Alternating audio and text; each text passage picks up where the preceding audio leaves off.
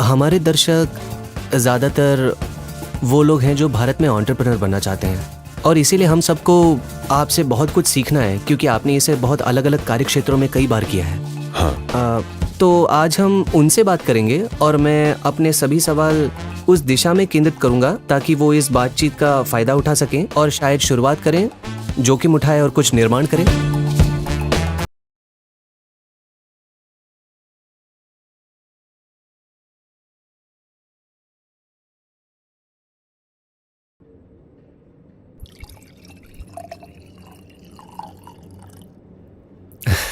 क्या आप कॉफ़ी पीना चाहेंगे?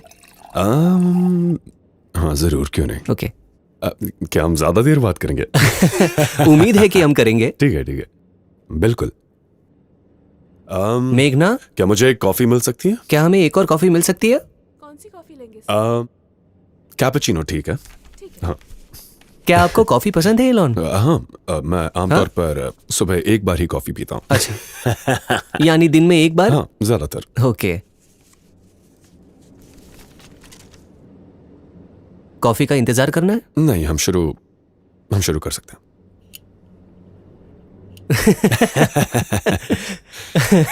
तो सबसे पहले मैं कहना चाहूँगा कि जितना मैंने सोचा था, आप कहीं ज़्यादा बड़े, भारी भरकम और बलवान हैं। बस करो अब, मुझे बहुत शर्म आ रही है। नहीं, वास्तव में ये सच है।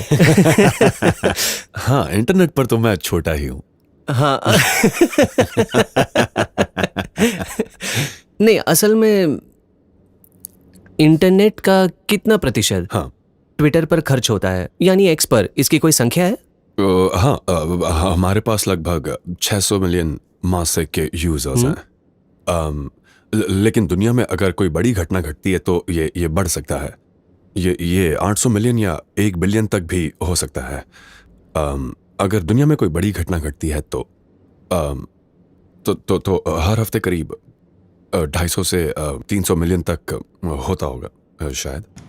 ये एक बहुत ही अच्छी संख्या है। ये वो लोग हैं जो सिर्फ पढ़ते हैं, मतलब सिर्फ शब्द पढ़ते हैं। तो क्या आपको लगता है ये बदलेगा? हाँ, मतलब बहुत सारे वीडियो ज़रूर है एक्स सिस्टम पर, लेकिन इस समय वीडियो की संख्या बहुत बड़ी है। लेकिन मुझे लगता है कि एक्स नेटवर्क उन लोगों में सबसे मजबूत है जो बहुत ज़्यादा सोचते हैं और बहुत पढ़ते हैं। तो यही सबसे ज़्यादा मजबूत होगा, क्योंकि हमारे पास शब्द है।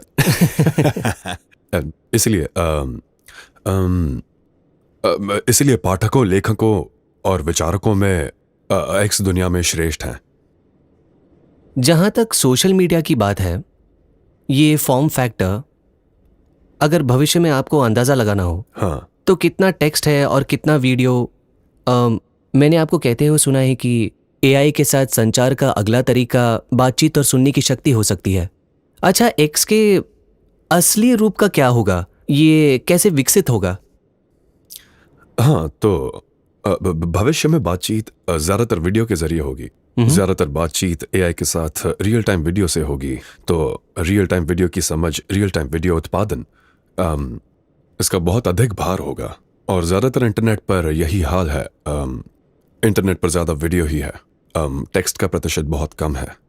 लेकिन आमतौर पर टेक्स्ट का महत्व ज़्यादा होता है। जानकारी को संक्षिप्त तरीके से पेश किया जाता है।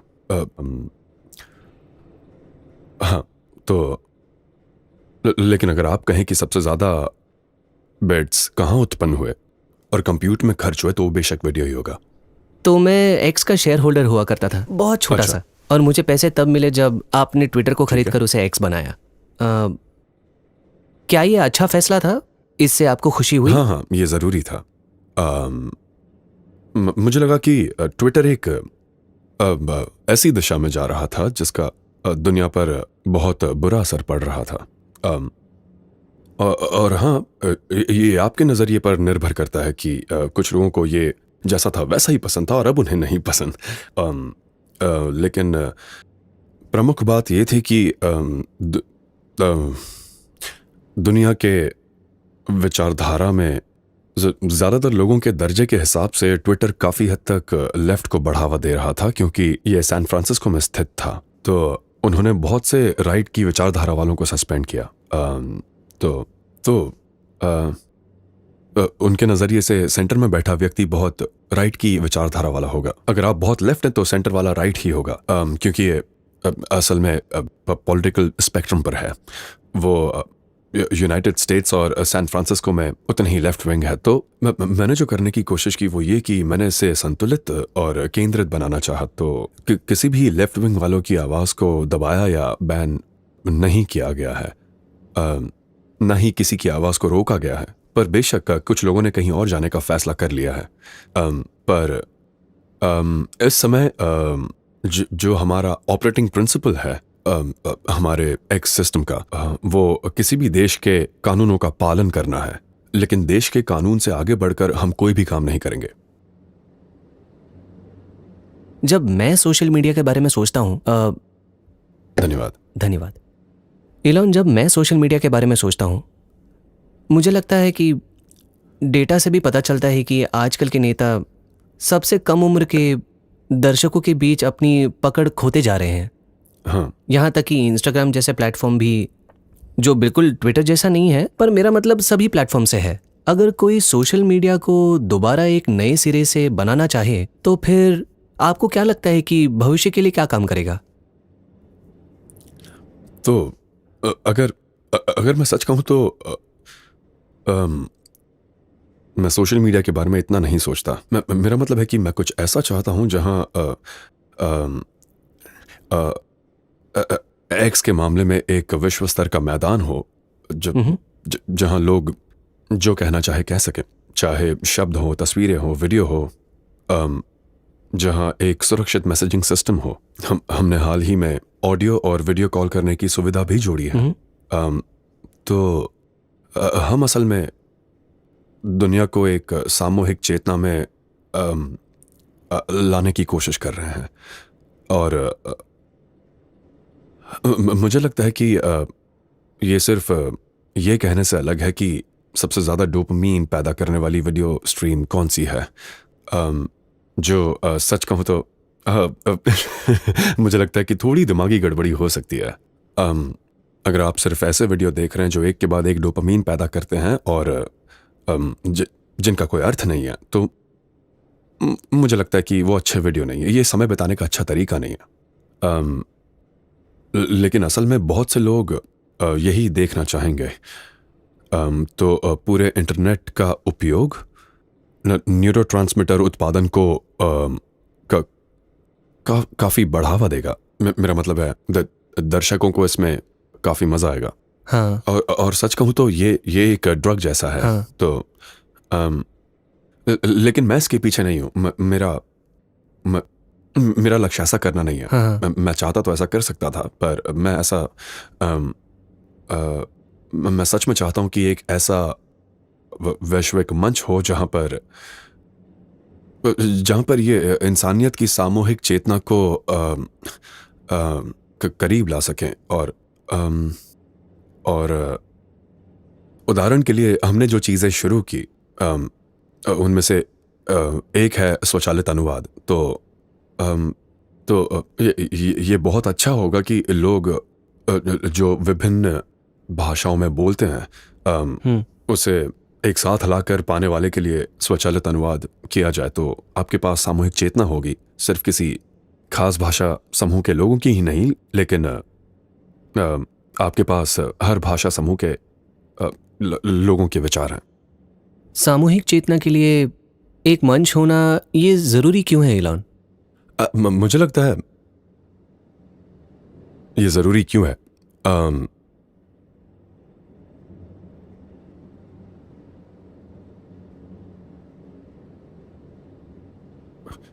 मुझे लगता है आप ये भी कह सकते हैं क्यों। अगर आप इंसानों के बारे में सोचें तो इंसान में लगभग 30 से 40 ट्रिलियन सेल्स होते हैं, और आपके मस्तिष्क में खरबों सिनेप्सिस हैं।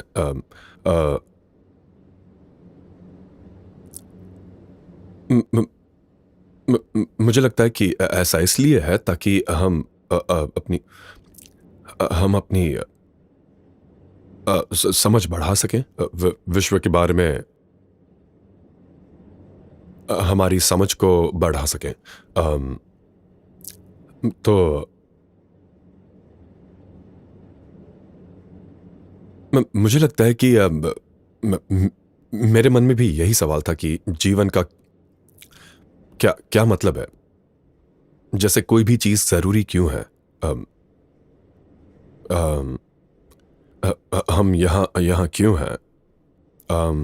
ब्रह्मांड का स्रोत क्या है? अंत क्या है? ऐसे कौन से सवाल है जिन्हें हम पूछना नहीं जानते? और वो सवाल जिन्हें हमें पूछना नहीं आता शायद वही सबसे जरूरी होते हैं। तो मैं ये समझने की कोशिश में हूं कि आखिर हो क्या रहा है, हकीकत में क्या हो रहा है। क्या यही हकीकत है? तो अम, अम, जब आपने पूछा कि जीवन का उद्देश्य क्या है, तब आपको क्या जवाब मिला? हाँ, हाँ, तो मैं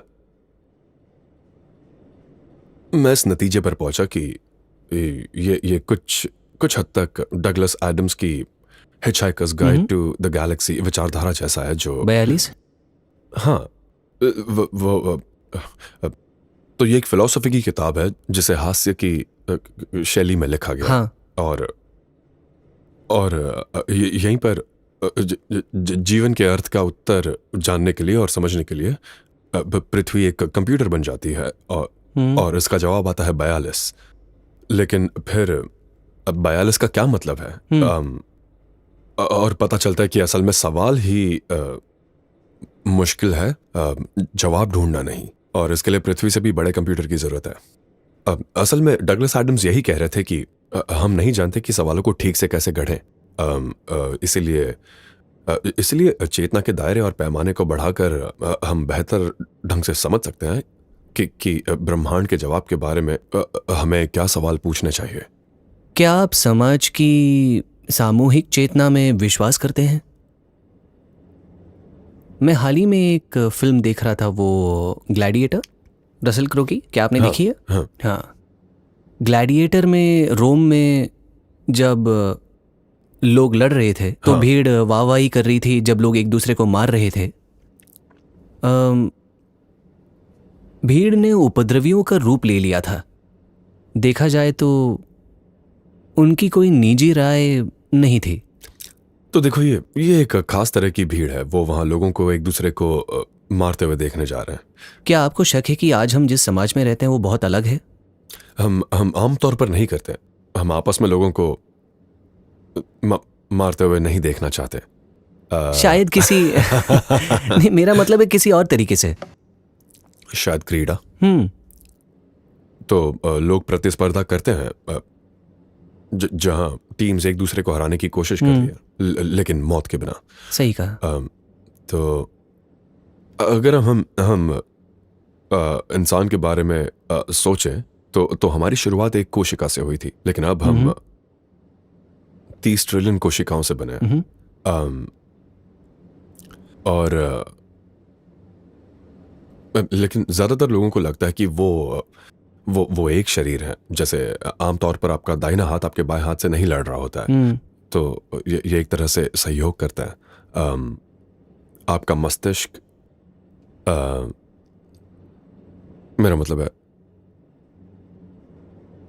बहुत सारे न्यूरॉन्स का एक समूह है। लेकिन ऐसा बिल्कुल नहीं लगता कि आपके दिमाग में 1 ट्रिलियन आवाजें हैं। उम्मीद है ऐसा ना हो। तो साफ है कि जब आपके पास एक कोशिका के बजाय खरबों कोशिकाएं मिलकर काम करती हैं, तो वो एक समूह में काम करती हैं, ना कि अकेले। या जैसे एक छोटा मल्टी सेल्यूलर जीव। तो ये जाहिर है कि कुछ तो अलग हो रहा है। जैसे आप बैक्टीरिया से बात नहीं कर सकते। हाँ। वो बहुत शांत होते हैं। वो बस हिलते डुलते रहते हैं। और उनके नजरिए से पता नहीं, मैं हमेशा यही सोचता हूं कि अमीबा के नजरिए से जिंदगी क्या होती होगी। लेकिन आप अमीबा से बात नहीं कर सकते, वो जवाब नहीं देते। पर इंसान बात कर सकते हैं। तो इंसानों में कुछ तो स्पष्ट रूप से मूल रूप से अलग है। एक बार जब आपके पास बड़ी संख्या में कोशिकाएं हो जाती हैं और पर्याप्त रूप से बड़ा मस्तिष्क है, अब आप इंसानों से बात करते हैं। वो बातें कह सकते हैं, वो चीज़ें बना सकते हैं। उदाहरण के लिए बैक्टीरिया स्पेसशिप नहीं बना सकते हैं, लेकिन इंसान बना सकते हैं।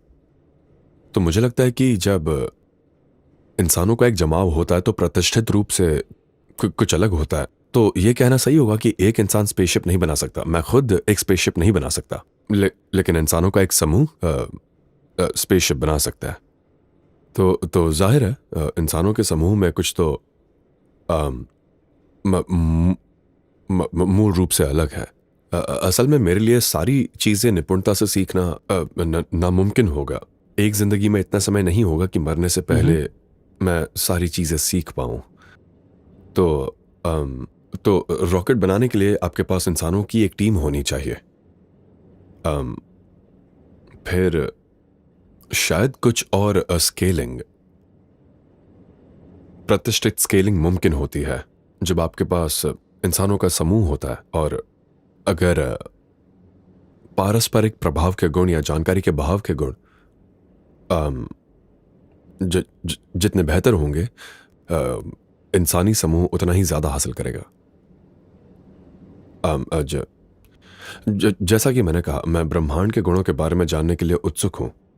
और मुझे लगता है कि ये कहना उचित है कि अगर हम चेतना का दायरा और पैमाना बढ़ा दें तो ब्रह्मांड के गुणों को समझने की संभावना ज्यादा होगी, ना कि इसे कम करने से। क्या ये कुछ हद तक आध्यात्म जैसा है? बहुत से लोग मुझसे आध्यात्म की बातें करते हैं। हाँ, मुझे आज भी नहीं पता उसका मतलब क्या है। मैं उनसे पूछता रहता हूँ, आपका क्या मतलब है? आपका क्या मतलब है? हाँ, तो बहुत से लोगों में आध्यात्मिक भावनाएं होती हैं। हाँ। मैं इनकार नहीं करूंगा कि आध्यात्मिक भावनाएं उनके लिए असली हैं, लेकिन ये पूरी तरह से समझा नहीं जाता। सिर्फ इसलिए कि किसी और को आध्यात्मिक भावनाएं हैं, इसका मतलब ये नहीं कि मुझे भी हो। तो मेरा खिंचाव ज्यादा है फिजिक्स की ओर। यानी अगर किसी चीज का भविष्य सूचक महत्व है तो मैं उस पर ज्यादा ध्यान दूंगा, बजाय इसके कि उसमें भविष्य सूचक महत्व ना हो। हाँ। तो फिजिक्स उस चीज का अध्ययन है जिसका भविष्य सूचक महत्व होता है। ये एक बहुत अच्छी परिभाषा है। इलॉन, मुख्य रूप से मैं एक स्टॉक ब्रोकर और स्टॉक इन्वेस्टर हूँ। अच्छा, इसमें भविष्य सूचक महत्व नहीं होता। किसी को नहीं पता कि कल क्या होगा। लेकिन आप आमतौर पर कह सकते हैं कि अगर अगर ये किसी कंपनी के लिए लॉन्ग टर्म है तो आप कह सकते हैं कि क्या आपको उस कंपनी का माल या सेवाएं पसंद हैं, और क्या आपको प्रोडक्ट रोड मैप पसंद आया? क्या ऐसा लगता है कि वो बेहतरीन उत्पाद बनाते हैं और भविष्य में वो अच्छे उत्पाद बना सकते हैं? अगर ऐसा है तो ये शायद निवेश करने के लिए एक अच्छी कंपनी है। मुझे लगता है कि आप भी टीम पर विश्वास करना चाहते हैं। तो अगर आप कहें कि ये एक योग्य और मेहनती टीम है, वो अच्छे पदार्थ बनाते हैं, भविष्य में कुछ नया बनाने के लिए प्रेरित होते हैं, तो मैं कहूंगा कि वो निवेश करने के लिए एक अच्छी कंपनी है।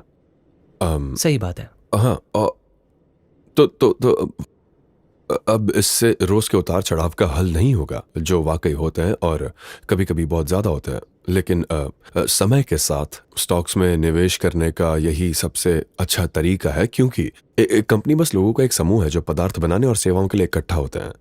तो आपको पूछना होगा कि वो पदार्थ और सेवाएं कितने अच्छे हैं, क्या भविष्य में उनमें सुधार जारी रहने की संभावना है। अगर है तो आपको कंपनी के स्टॉक खरीदने चाहिए और फिर हर दिन के उतार चढ़ाव के बारे में चिंता ना करें। सही।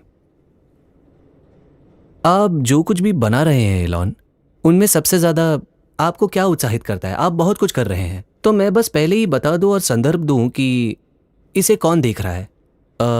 हमारे दर्शक ज्यादातर वो लोग हैं जो भारत में एंटरप्रेन्योर बनना चाहते हैं।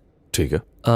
सच में महत्वाकांक्षी, बहुत उत्सुक और खतरा मोल लेकर कुछ बनाना चाहते हैं।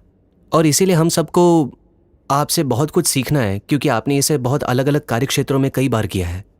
हाँ। तो आज हम उनसे बात करेंगे और मैं अपने सभी सवाल उस दिशा में केंद्रित करूंगा ताकि वो इस बातचीत का फायदा उठा सकें और शायद शुरुआत करें, जोखिम उठाएं और कुछ निर्माण करें।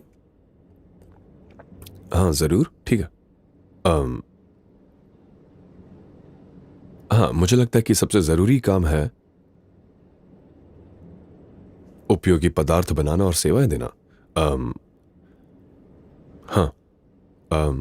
आप आज जो भी वस्तुएं और सेवाएं बना रहे हैं उनमें से आज आपको सबसे ज्यादा कौन सा पसंद आया? मुझे लगता है कि असल में स्पेस एक्स, टेस्ला और XAI के बीच झुकाव हो रहा है। अगर भविष्य में सोलर पावर से चलने वाले AI सैटेलाइट हैं जिनकी बहुत ज़्यादा ज़रूरत है ताकि सूरज की ऊर्जा का एक बड़ा सा हिस्सा हम इस्तेमाल कर सकें, तो आपको डीप स्पेस में सोलर पावर वाले AI सैटेलाइट की ओर बढ़ना होगा, जो कुछ हद तक टेस्ला और स्पेस एक्स एक्सपर्टीज का संगम है, और AI की ओर से XAI। तो लगता है कि समय के साथ वहाँ कुछ हद तक झुकाव हो रहा है। लेकिन सभी कंपनियां बहुत अच्छा काम कर रही हैं। मुझे टीम्स पर गर्व है। वो टेस्ला के साथ ऑटोनोमस ड्राइविंग पर बहुत अच्छा विकास कर रहे हैं। क्या आपने सेल्फ ड्राइविंग आजमाई है? आजमाई है? मैंने इसे वेमो में आजमाया है, टेस्ला में नहीं। ओह अच्छा। हाँ। वो हमारे पास ऑस्टिन में है यहाँ हाँ, पर। मैं तो आजमाना चाहूंगा। आप बस टेस्ला ऐप डाउनलोड कर सकते हैं। हाँ। और इसे कोई भी इस्तेमाल कर सकता है, तो इसे ज़रूर हाँ। आजमाना। मतलब ये काफ़ी आसान है। हमने इलेक्ट्रिक गाड़ियों, बैटरी पैक और सोलर के साथ बहुत तरक्की की है, और सेल्फ ड्राइविंग के साथ भी बहुत अच्छी तरक्की की है। तो मूल रूप से रियल वर्ल्ड AI, मैं कहूँगा कि टेस्ला रियल वर्ल्ड AI में दुनिया का लीडर है। तो और हम अब बनाने जा रहे हैं रोबोट ऑप्टिमस, जिसका उत्पादन बड़े पैमाने पर अगली गर्मियों में शुरू होगा। और ये बहुत शानदार होगा। ये ऐसा होगा कि हर कोई खुद की मदद के लिए रोबोट का इस्तेमाल करेगा। सब चाहेंगे कि उनका अपना एक C3PO RTD हो, और ये बहुत शानदार होगा। जिंदगी आसान हो जाएगी। और फिर स्पेस एक्स स्टारलिंक प्रोग्राम के साथ बहुत अच्छा काम कर रहा है, जो पूरी दुनिया में कम कीमत पर भरोसेमंद इंटरनेट दे रहा है। उम्मीद है भारत में भी हम भारत में काम करना पसंद करेंगे। हम अब स्टारलिंक के साथ 150 विभिन्न देशों में काम कर रहे हैं। क्या आप मुझे स्टारलिंक और उसके टेक के हाँ। बारे में बता सकते हैं? क्योंकि मैं किसी से बात कर रहा था, मुझे पता नहीं आप सैन फ्रांसिस्को की मीटा कंपनी को जानते हैं या नहीं। वो नेटवर्क इंजीनियर्स को रिप्लेस करना चाह रहे हैं, लेकिन नहीं, मुझे ध्यान नहीं है। तो वो मुझे बता रहे थे कि कैसे घनी आबादी वाले इलाकों में स्टारलिंक अलग तरह से काम करता है और कम आबादी वाली जगहों पर अलग। ये कैसे काम करता है? हाँ, तो स्टारलिंक के लो अर्थ ऑर्बिट में कई हजार सैटेलाइट हैं, और वो आवाज़ की गति से लगभग 25 गुना ज़्यादा तेज़ घूम रहे हैं। वो असल में पृथ्वी के चारों ओर तेज़ी से घूम रहे हैं, और वो लगभग 550 किलोमीटर की ऊंचाई पर है, जिसे लो अर्थ ऑर्बिट कहा जाता है। क्योंकि वो लो अर्थ ऑर्बिट में है, इसलिए विलंबता काफ़ी कम है। क्योंकि 36,000 किलोमीटर दूर जियो स्टेशनरी सैटेलाइट की तुलना में ये दूरी देखा जाए तो ज़्यादा नहीं है। तो आपके पास हज़ारों सैटेलाइट्स हैं जो पूरी दुनिया में low latency, high speed internet दे रहे हैं, और उनका आपस में परस्पर संबंध भी है। तो कई सैटेलाइट के बीच लेज़र की कड़ियाँ होती है, तो ये एक तरह से लेज़र का जाल बनाता है। तो मान लीजिए कि अगर केबल्स ख़राब हो गई या वो कट गई, जैसे फाइबर केबल्स, तो सैटेलाइट एक दूसरे से संपर्क बना सकते हैं और कनेक्टिविटी देते हैं अगर कोई दुर्घटना हो या अगर केबल्स कट भी जाए तो। जैसे जब कुछ महीने पहले रेड सी के केबल कट गए थे, तब भी स्टारलिंक सैटेलाइट नेटवर्क बिना किसी रुकावट के काम करता रहा। तो इसलिए खास तौर पर आपदा वाले इलाकों में ये मददगार है। तो अगर किसी इलाके में कोई प्राकृतिक आपदा आई है, जैसे बाढ़, आग या भूकंप, इससे ज़मीनी इंफ्रास्ट्रक्चर को नुकसान पहुंचता है, लेकिन स्टारलिंक सैटेलाइट फिर भी काम करता है। तो आमतौर पर जब भी कहीं कोई प्राकृतिक आपदा आती है तो हम हमेशा लोगों को मुफ्त स्टारलिंक इंटरनेट का कनेक्टिविटी देते हैं। हम शुल्क नहीं लेते, हम किसी दुखद स्थिति का फ़ायदा नहीं उठाना चाहते। तो अगर कोई प्राकृतिक आपदा आती है तो हम कहते हैं कि ठीक है, ये प्राकृतिक आपदा के दौरान मुफ्त है, हम शुल्क नहीं लेते। हम ऐसी स्थिति में लोगों से पैसे नहीं लेना चाहते हैं, वो गलत है। तो बस इसलिए तो ये एक बहुत मजबूत व्यवस्था है। ये ज़मीनी व्यवस्था के लिए प्रशंसनीय है, क्योंकि सैटेलाइट बीम कम आबादी वाले इलाकों में सबसे अच्छा काम करते हैं। क्योंकि आपके पास सैटेलाइट बीम है, ये काफ़ी बड़ी है और हर बीम पर यूजर्स की एक तय संख्या होती है। तो इसलिए ये ज़मीन पर बने सेल्यूलर सिस्टम के लिए बहुत ज़्यादा प्रशंसनीय होता है। ये शहरों में बहुत अच्छे हैं क्योंकि यहाँ बहुत सारे सेल टावर हैं जो सिर्फ 1 किलोमीटर की दूरी पर है। लेकिन ये सेल टावर ग्रामीण इलाकों में कम असरदार होते हैं। तो ग्रामीण इलाकों में इंटरनेट सबसे ख़राब होता है क्योंकि ये सब बिछाना बहुत महंगा और मुश्किल है, जैसे सभी फाइबर ऑप्टिक केबल लगाना या हाई बैंडविड्थ सेल्यूलर टावर लगाना। तो स्टारलिंक मौजूदा टेलीकॉम कंपनियों के लिए बहुत प्रशंसनीय है, उनके लिए काफ़ी फ़ायदेमंद है। असल में ये सबसे कम वर्ग के लोगों की सेवा करता है, तो मुझे वो अच्छा लगता है। क्या ये कल बदलेगा? जैसे कि आपने बताया आज की बीम काफ़ी चौड़ी है और शायद ये घनी आबादी वाली इलाके में काम नहीं कर सकता जहाँ ऊंची इमारतें हैं।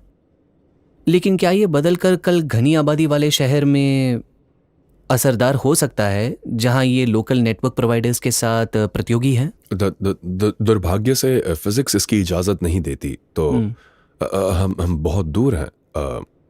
तो 550 किलोमीटर पर अगर हम इसे कम करने की कोशिश करें तो लगभग 350 किलोमीटर जितना नीचे जा सकते हैं, जो अभी भी बहुत दूर है।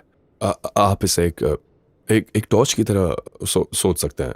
यानी ये टॉर्च की रोशनी एक कोन की भांति है और वो कोन आज 550 किलोमीटर की दूरी से आ रहा है, भविष्य में 350 किलोमीटर की दूरी से आएगा, लेकिन हम कभी भी 1 किलोमीटर की दूरी तक नहीं पहुंच सकते हैं। जो सेल टावर फिजिक्स यहाँ हमारा साथ नहीं देगा। बिल्कुल। तो ये प्राकृतिक रूप से संभव नहीं है कि घनी आबादी वाले शहरों में स्टारलिंक सेवाएं दे सके। शायद 1% आबादी के इलाके में थोड़ी बहुत सेवा कर सकते हैं, और कभी कभी लोगों को भीड़ भाड़ वाले शहरों में भी हो सकता है कि उनकी सड़क पर कोई फाइबर लिंक ना हो, जैसे कभी कभी किसी बंद गली में होता है, या शहरों में कभी कभी कुछ खास वजहों से कुछ इलाकों में लोगों की पहुंच कम होती है। और जैसा कि मैंने कहा, स्टारलिंक शायद घनी आबादी वाले शहर के 1 या 2% हिस्से को सेवा दे सकता है, लेकिन ये ग्रामीण इलाकों में ज़्यादा असरदार हो सकता है जहां इंटरनेट कनेक्शन बहुत ख़राब है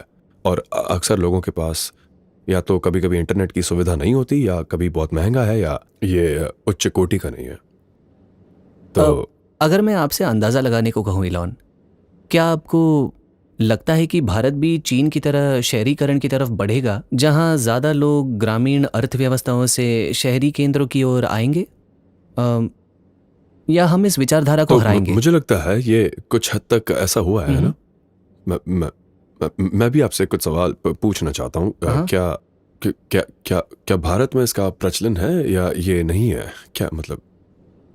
ये काफ़ी हद तक प्रचलित अच्छा। है। मुझे लगता है कि कोविड के दौरान थोड़ा बदलाव आया, जब शहरीकरण बहुत धीमा हो गया और वो संगठित नहीं था, ये बहुत बनावटी तरीके से दिखाया गया।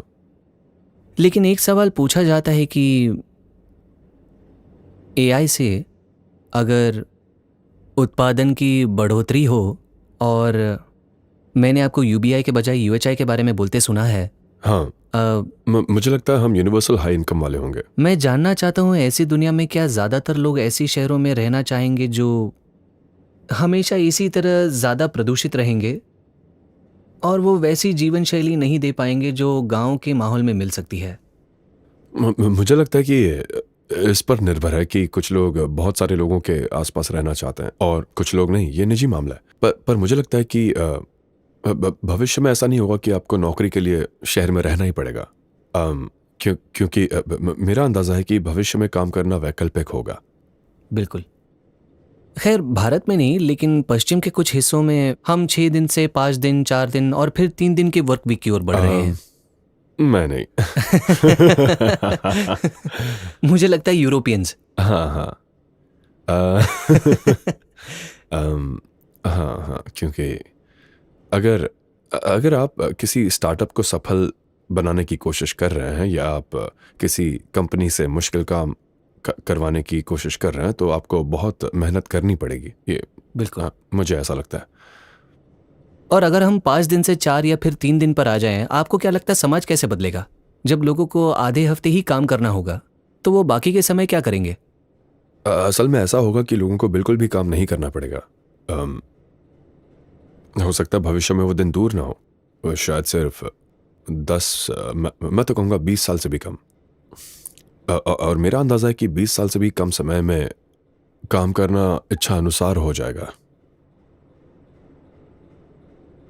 एक शौक की तरह, ऐसा ही कुछ। और ऐसा इसलिए होगा क्योंकि उत्पादन इतना बढ़ जाएगा, मतलब लोगों को काम ही नहीं करना पड़ेगा। उन्हें ऐसा करने की जरूरत नहीं है।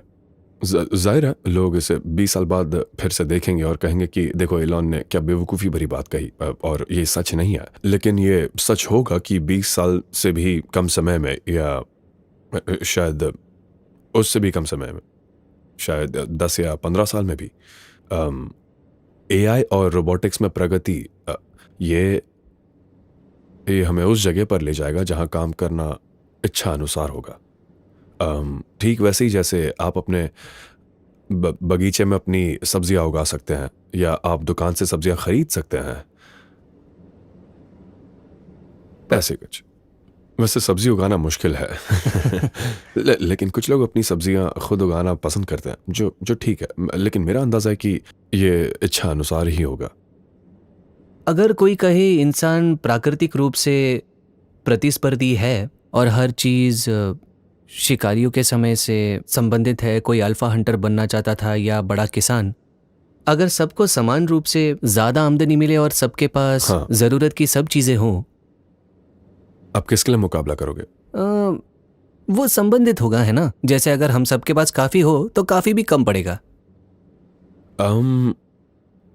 हाँ, मतलब मुझे ठीक से पता नहीं, क्योंकि हम सिंगुलैरिटी की ओर बढ़ रहे हैं, जैसे कभी कभी लोग एआई भी कहते हैं, जैसे एक ब्लैक होल की तरह, जैसे एक सिंगुलैरिटी। नहीं पता कि इवेंट होराइजन के बाद क्या होता है। मतलब ये नहीं कि कुछ बुरा होता है, बस ये नहीं पता कि क्या होता है। तो मैं यकीन के साथ कह सकता हूं कि अगर एआई और रोबोटिक्स आगे विकसित होते रहेंगे, वो अभी भी तेजी से विकसित हो रहे हैं, जैसे मैंने कहा, काम करना एक ऑप्शन होगा, और लोगों के पास जरूरत के सभी सामान और सेवाएं होंगी। मतलब अगर कुछ सोच सकते हो तो उसे हासिल कर सकते हो। लेकिन फिर एक जगह पर एआई उन सभी चीजों पर हावी हो जाएगा जो इंसान सोच सकता है, और फिर तब एक ऐसी स्थिति होगी जहां एआई काम करेंगे। एआई और रोबोटिक्स अन्य एआई और रोबोटिक्स के लिए काम करेंगे, क्योंकि अब उनके पास इंसानों को खुश करने के लिए कोई काम नहीं बचा। क्योंकि एक सीमा होती है ना? हम कहते हैं लोग बस इतना ही खाना खा सकते हैं, या मतलब लेकिन ये होगा, मतलब अगर आप सोच सकते हैं तो आपको मिलेगा भी, यही भविष्य होगा। अगर आप समय के परे जाएं तो ऑस्ट्रियन स्कूल ऑफ इकोनॉमिक्स, हाँ। वो एडम स्मिथ से अलग थे। वो हर चीज के अतिरिक्त लाभ के बारे में चर्चा करते हैं। एक तरह की किसी चीज की कीमत होती है, एक तरह की 2 चीजों की कम कीमत होती है, और एक तरह की 10 चीजों की कोई कीमत नहीं होती। हाँ, तो अगर हमें वो सब कुछ मिल जाए जो हम चाहते हैं, जैसे तो 10 उसकी मार्शमेलो, किसे चाहिए वो? हाँ एक बहुत है ये एक मार्शमेलो का टेस्ट है। आप कहेंगे आप 2 मार्शमेलो बाद में ले सकते हैं या एक अभी, तो मैं कहूंगा कि मैं बस एक ही मार्शमेलो लूंगा, मुझे ये 2 नहीं मजेदार है। चाहिए। तो आप क्या चुनेंगे? मैं तो कहूंगा कि बस एक मार्शमेलो काफी है। मैं हमेशा यही कहता हूं कि सही कहा। मार्शमेलो सबसे अच्छी कैंडी नहीं बिल्कुल है। मुझे मार्शमेलो खाने की इच्छा ही नहीं होती। मुझे लगता है आप सबसे कौन करता है? मैं आपको बताऊं, आप मार्शमेलो परीक्षा का सबसे बड़ा सबूत हो। मुझे लगता है हाँ शायद मुझे असल में देर से मिलने वाली खुशी हाँ। पसंद है। हाँ, दूसरों के मुकाबले इसे आप और डिले कर सकते हैं। मेरा एक टैटू है, डिलेड अरे ग्रेटिफिकेशन। वाह, ये आप मार्शमेलो का टेस्ट काफी सख्त तरीके से ले रहे हैं। लगता है जैसे याद ही नहीं है। जब मैं ट्रेडिंग या खरीदारी करता हूँ, खुशी में देरी हाँ। करे। हाँ हाँ, ये मदद करता है। वाह अच्छा, ये एक और वादा ये है। मेरी ओर इशारा कर रहा है, तो ये मुझे याद दिलाता है। ठीक है ठीक है, ये अच्छी सलाह है, आप इससे चूक नहीं सकते हैं। अगर आपको अगर आपको टैटू बनाना हो तो वो क्या होगा? शायद अपने बच्चों के नाम या ऐसा कुछ। बिल्कुल। आपको ये अक्षर एक्स इतना ज्यादा क्यों पसंद है? खैर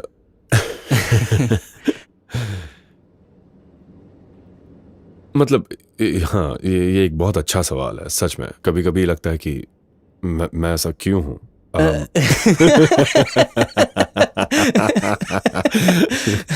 अम, तो ये शायद शुरू हुआ काफी समय पहले आदम के जमाने में, 99 में। प्री कैम्ब्रियन युग में, जब केवल स्पंज थे। सिर्फ 3 एक अक्षर वाले डोमेन नाम थे, जो शायद XQ और Z थे। और मुझे लगा कि मुझे ऐसी जगह बनानी है जहां फाइनेंशियल क्रॉस रोड या फाइनेंशियल एक्सचेंज हो। मतलब ये इंफॉर्मेशन थियरी के नज़रिए से पैसे की समस्या ठीक कर रहा है, जहां मौजूद बैंकिंग सिस्टम एक बड़ी संख्या में बैच प्रोसेसिंग वाले अलग अलग तरह के डेटाबेस हैं जो सुरक्षित नहीं है। और अगर हमारे पास एक अकेला ऐसा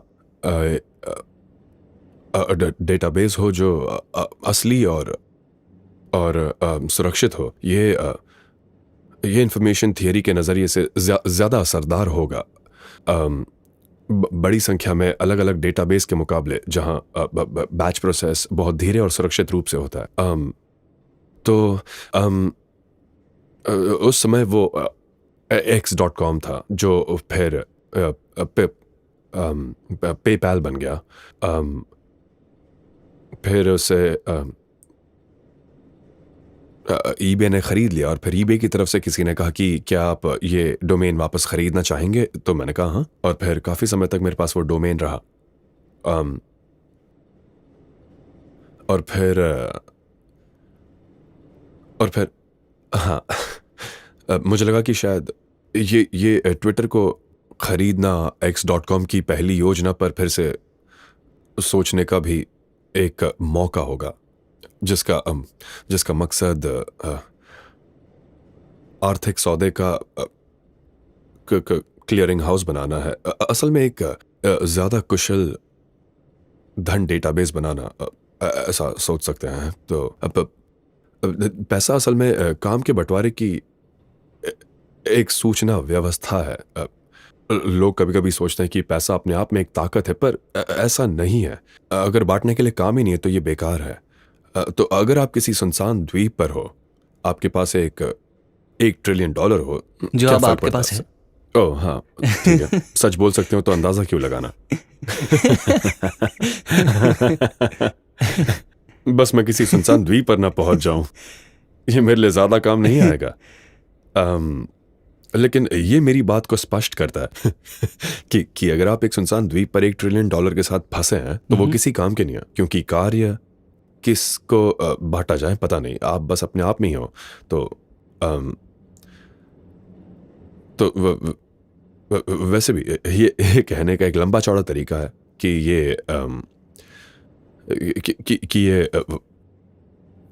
ये मैं धीरे धीरे उस विचार को दोबारा सोच रहा हूँ जो मेरे पास 25 साल पहले था, ताकि मैं एक ज्यादा कुशल संपत्ति डेटाबेस बना सकूं। और अगर ये सफल रहा तो लोग इस्तेमाल करेंगे, अगर नहीं हुआ तो नहीं करेंगे। और फिर मुझे एक यूनिफाइड ऐप या वेबसाइट का विचार भी काफी पसंद है, जहां आप जो चाहे कर सकते हैं। तो चीन में वी चैट के साथ ऐसा ही कुछ हुआ, जहां आप जानकारी का आदान प्रदान कर सकते हैं, आप जानकारी प्रकाशित कर सकते हैं, पैसों का लेन देन कर सकते हैं। चीन में लोग वी चैट पर अपनी जिंदगी जीते हैं, और ये काफ़ी उपयोगी है। पर चीन के बाहर ऐसा कोई वी चैट नहीं है। तो ये एक तरह से वी चैट प्लस प्लस है, और मैं कहूँगा कि ये एक्स के लिए एक योजना है। खैर, तो कंपनी का पूरा नाम स्पेस एक्सप्लोरेशन टेक्नोलॉजीज है, लेकिन मुझे लगा कि ये बहुत बड़ा नाम है, तो हम इसे स्पेस एक्स कहेंगे, जैसे अंतरिक्ष के लिए फेड एक्स। तो इसमें एक्स है क्योंकि एक्सप्लोरेशन में भी एक्स होता है, और मुझे लगा कि हाँ, मुझे एक्स का कलात्मक रूप से भी लाभ उठाना पसंद है, तो इसलिए ये स्पेस एक्स है। लेकिन और फिर और क्या, मेरा एक बच्चा है, उसका नाम X2 है, लेकिन उसकी माँ ने ही उसका नाम एक्स रखा। अच्छा। और मैंने कहा कि लोग सोचेंगे मुझे एक्स से बहुत लगाव है अगर बच्चे का नाम X2 रखेंगे बिल्कुल। तो, मतलब और मैंने उससे कहा कि देखो, मेरे पास x.com है।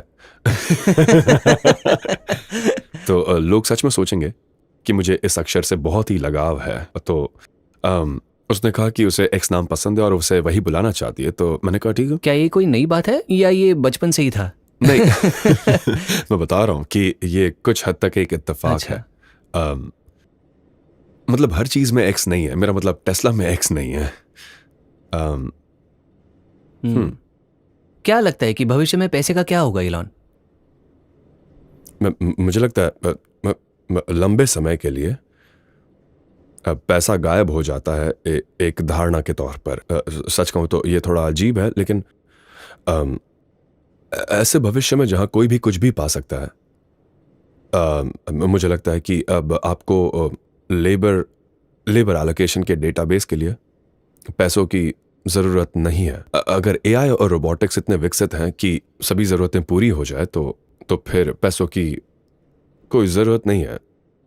इसकी अहमियत बहुत कम हो जाती है। मुझे नहीं लगता कि ये हमारे पास होगा। तो इस भविष्य की सबसे अच्छी कल्पना जो मैंने पढ़ी है इयन बैंक्स की, द कल्चर।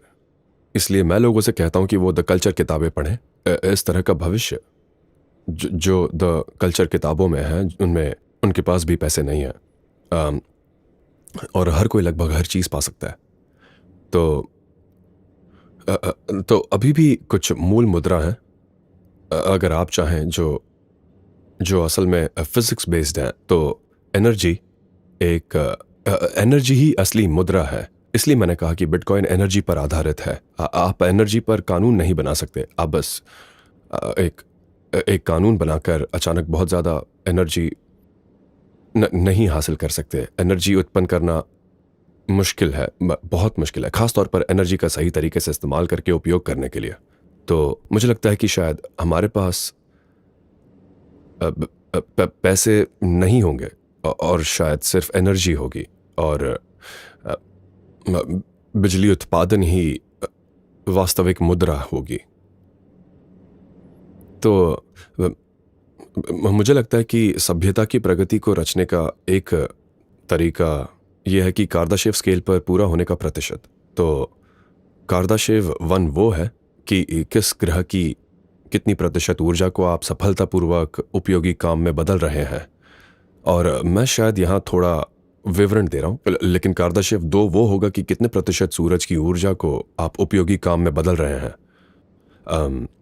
कार्दाशेव 3 वो होगा कि कितने प्रतिशत गैलेक्सी का हिस्सा आप उपयोगी काम में बदल रहे हैं।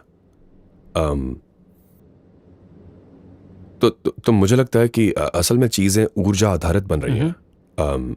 लेकिन अगर आपके पास सोलर पावर्ड एआई सैटेलाइट है तो ऊर्जा भी मुफ्त और भरपूर है, क्योंकि हम कभी भी अपने पास मौजूद पूरे सोलर एनर्जी का इस्तेमाल नहीं कर पाएंगे।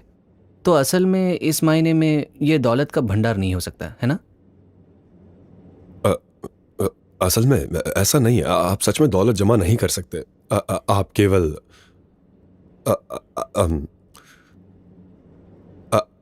आप संख्या जमा करके इस समय आप एक ऐसे डेटाबेस में संख्या जमा कर सकते हैं जो आपको अ, दूसरे इंसानों के व्यवहार को खास दिशाओं में प्रेरित करने में मदद करें। हाँ। और लोग इसे ही दौलत कहते हैं।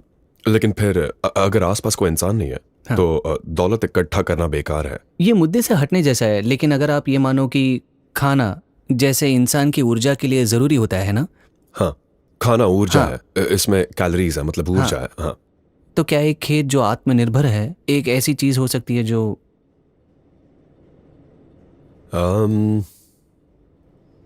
मुझे पक्का नहीं पता इसका क्या मतलब है, लेकिन मुझे लगता है अ, अ, एक खास जगह पर आप इस चक्कर को पूरा करते हैं जहां और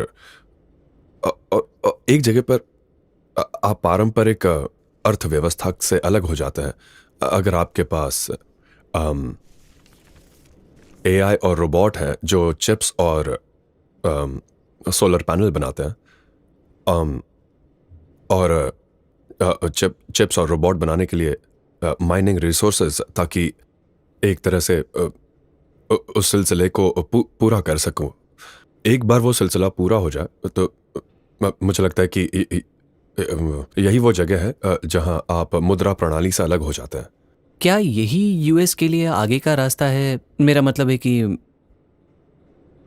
आज उन पर कितना कर्ज है, उस हिसाब से क्या वो अपनी मुद्रा का मूल्य गिराते हैं और इस पूरे परिवर्तन का नेतृत्व भी करते हैं, क्योंकि ये उनके लिए ज़्यादा फायदेमंद होगा।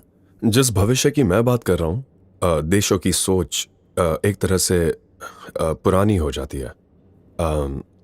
क्या आज आप इसे मानते हो? क्या आप हाँ, देशों को मैं बिल्कुल मानता हूँ, और मैं बस कुछ अलग करना चाहता हूँ। जो ये बस वही है जो लगता है उसके आधार पर होगा जो मैं देख रहा हूँ। इसके विपरीत मुझे लगता है ये मूल रूप से अच्छी चीज़ें हैं। हाँ। और मैं उन्हें पूरा करने की कोशिश कर रहा हूँ। लगता है कि ये मेरे साथ होगा या मेरे बिना होगा, चाहे मुझे पसंद हो या ना हो। बिल्कुल। जब तक सभ्यता आगे बढ़ती रहेगी, हमारे पास बहुत बड़े पैमाने पर एआई और रोबोटिक्स होंगे।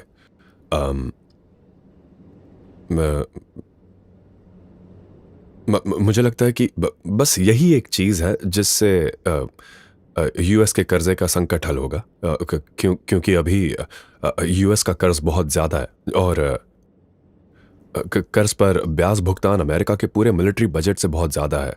सिर्फ ब्याज भुगतान, और ये कम से कम शॉर्ट टर्म में बढ़ता रहेगा।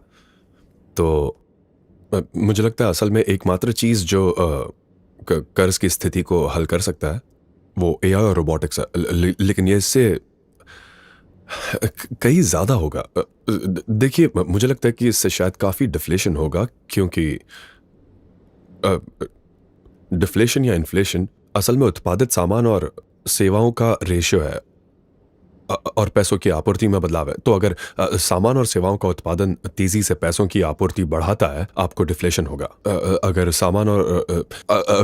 असली सामान और सेवा का उत्पादन पैसे की आपूर्ति से धीमा बढ़ा है तो महंगाई होती है। ये इतना आसान है। लोग कभी कभी ज़्यादा मुश्किल बनाते हैं, लेकिन असल में ऐसा होता नहीं है। तो अगर आपके पास एआई और रोबोटिक्स है और सामान और सेवाओं के उत्पादन में काफ़ी वृद्धि हुई है, शायद आपको डिफ्लेशन होगा। ऐसा लगता तो है, क्योंकि आप पैसे की आपूर्ति को नहीं बढ़ा पाएंगे जितनी तेजी से आप सामान और सेवाओं का उत्पादन बढ़ा सकते हैं। तो क्या सभी ये मक्खी जान ले रही है। क्या हमें इस बारे में कुछ करना चाहिए? हाँ, हम इसे कहते कि कहीं और जाए। हाँ। इसे कहीं और ले जाओ। मुझे लगता है वो चली गई। हाँ, अच्छा। अरे, ये वापस आ गई। शायद ये रोशनी की ओर आकर्षित हुई है। अगर डिफ्लेशन, अगर शायद इसे कॉफी चाहिए। मेरी खत्म हो गई है। अगर डिफ्लेशन होना ही है एआई की वजह से, तो ऐसा हमारे होने की पास संभावना है। हाँ, अच्छा, आज समाज में फिर से हर जगह इतनी महंगाई क्यों है? क्या एआई उत्पादन बढ़ाने में अब तक सक्षम नहीं हुई है? एआई ने अभी तक उत्पादन पर ज्यादा असर नहीं डाला है। पैसे की आपूर्ति में बढ़ोतरी की तुलना में सामान और सेवाओं में तेजी से बढ़ोतरी हो तो यूएस पैसों की आपूर्ति काफी बढ़ा रहा है, काफी ज्यादा, जिसमें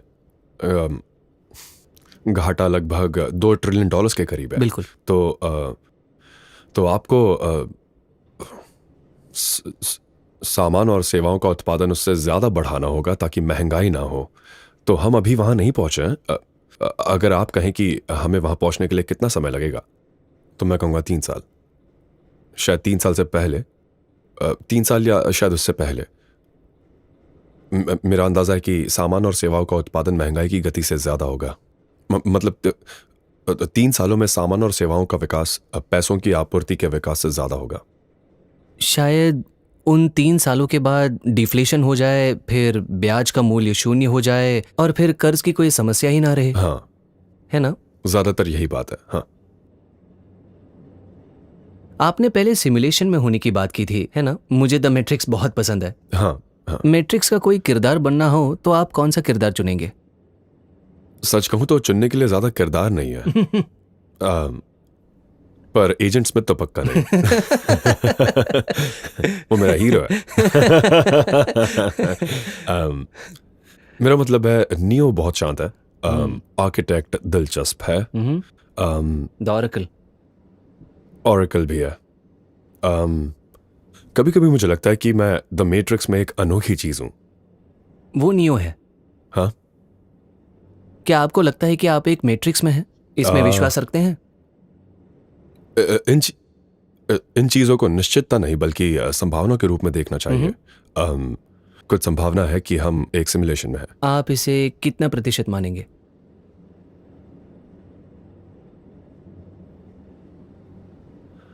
शायद बहुत ज्यादा। मैं कहूंगा ये बहुत ज्यादा है। हाँ। हाँ।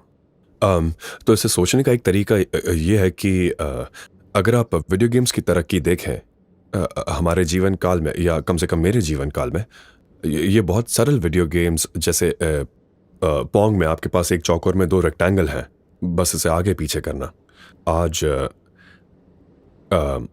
Photo realistic real time games हैं जहां लाखों लोग एक साथ खेल रहे हैं। और ये सिर्फ 50 साल के समय में हुआ है। तो अगर ये दौर जारी रहा तो वीडियो गेम्स और वास्तविकता में कोई फर्क नहीं रहेगा। बिल्कुल। और हमारे पास बहुत होशियार किरदार भी होंगे, जैसे वीडियो गेम्स के गैर खिलाड़ी किरदार। जो सोचो, जैसे आज आप एआई से कितनी प्रगतिशील बातचीत कर सकते हैं, और ये तो और भी प्रगतिशील होता जाएगा। आप और भी जटिल और प्रगतिशील बातचीत कर पाओगे। मतलब किसी भी, लगभग किसी भी मानवीय बातचीत से शायद किसी भी। तो फिर तो भविष्य में अगर संस्कृति चलती रही तो करोड़ों, शायद अरबों ऐसे वीडियो गेम्स जो बिल्कुल हकीकत जैसे दिखेंगे, और उन वीडियो गेम्स के जो किरदार होंगे वो बहुत गंभीर होंगे, और जहां संवाद से पहले ही प्रोग्राम नहीं किया होगा। ये तय है कि ऐसा ही होगा सिमुलेशन की इस सतह पर। तो फिर क्या संभावना है कि हम बुनियादी हकीकत में ही है, और ये पहले कभी नहीं हुआ।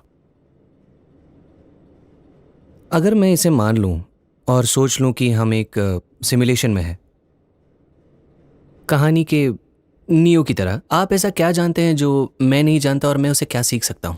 मुझे लगता है शायद सिमुलेशन के बाहर होना सिमुलेशन के अंदर होने से कम दिलचस्प होगा, क्योंकि आप शायद दिलचस्प चीज़ों का एक निचोड़ हो, क्योंकि हम यहाँ यही करते हैं, असलियत में भी हम यही करते हैं। और फिर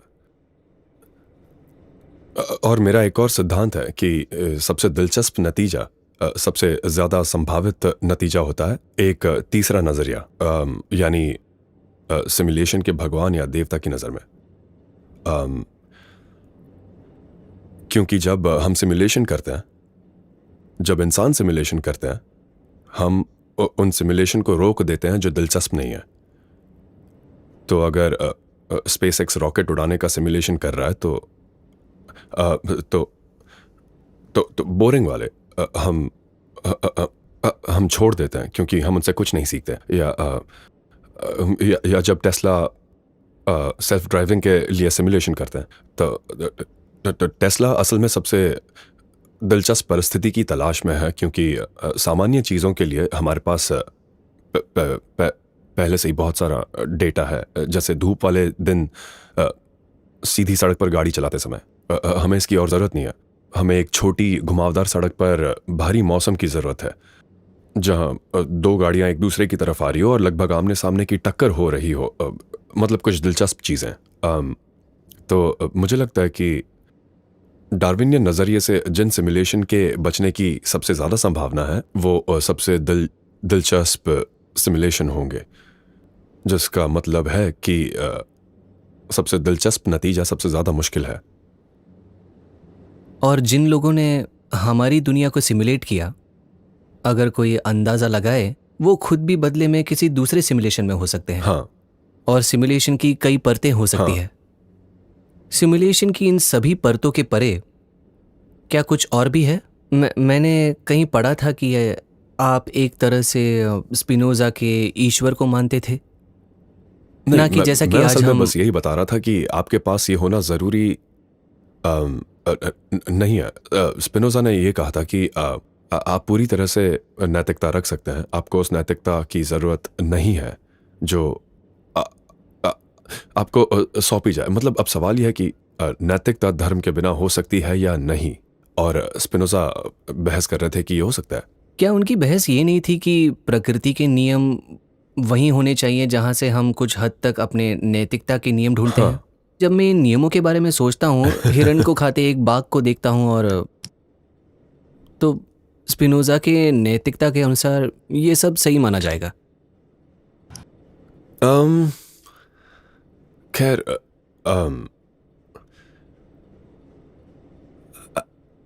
स्पिनोजा से आप बहुत सारी बातें सीख सकते हैं, लेकिन मैं स्पिनोजा का जिक्र सिर्फ एक बात के लिए कर रहा था कि आप ऐसे नैतिक नियम रख सकते हैं जो समाज को ठीक से चलने लायक और उपयोगी बनाए, किसी के साथ या बिना। ज़रूरी नहीं कि आपके पास धार्मिक सिद्धांत हो।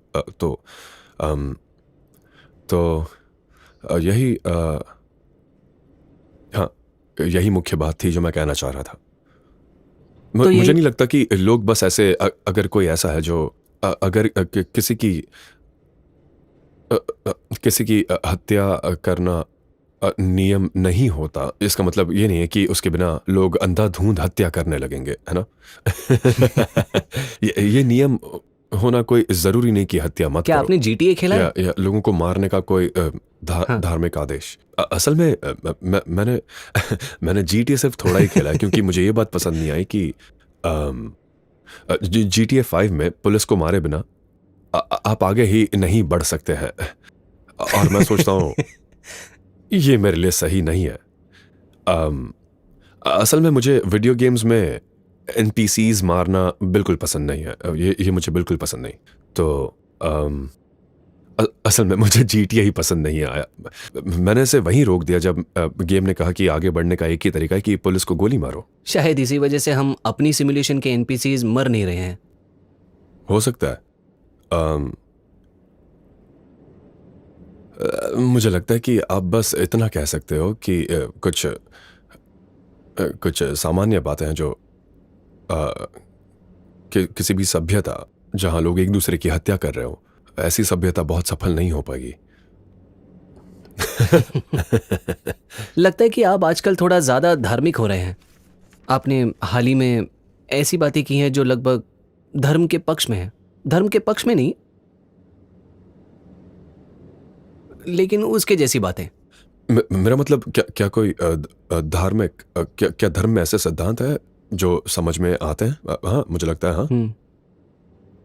क्या हमारी सिमुलेशन के लिए ये आसान है कि हमारी सोच धर्म के पक्ष में रहे इस दुनिया के लिए? क्या ये उपयुक्त नहीं होगा?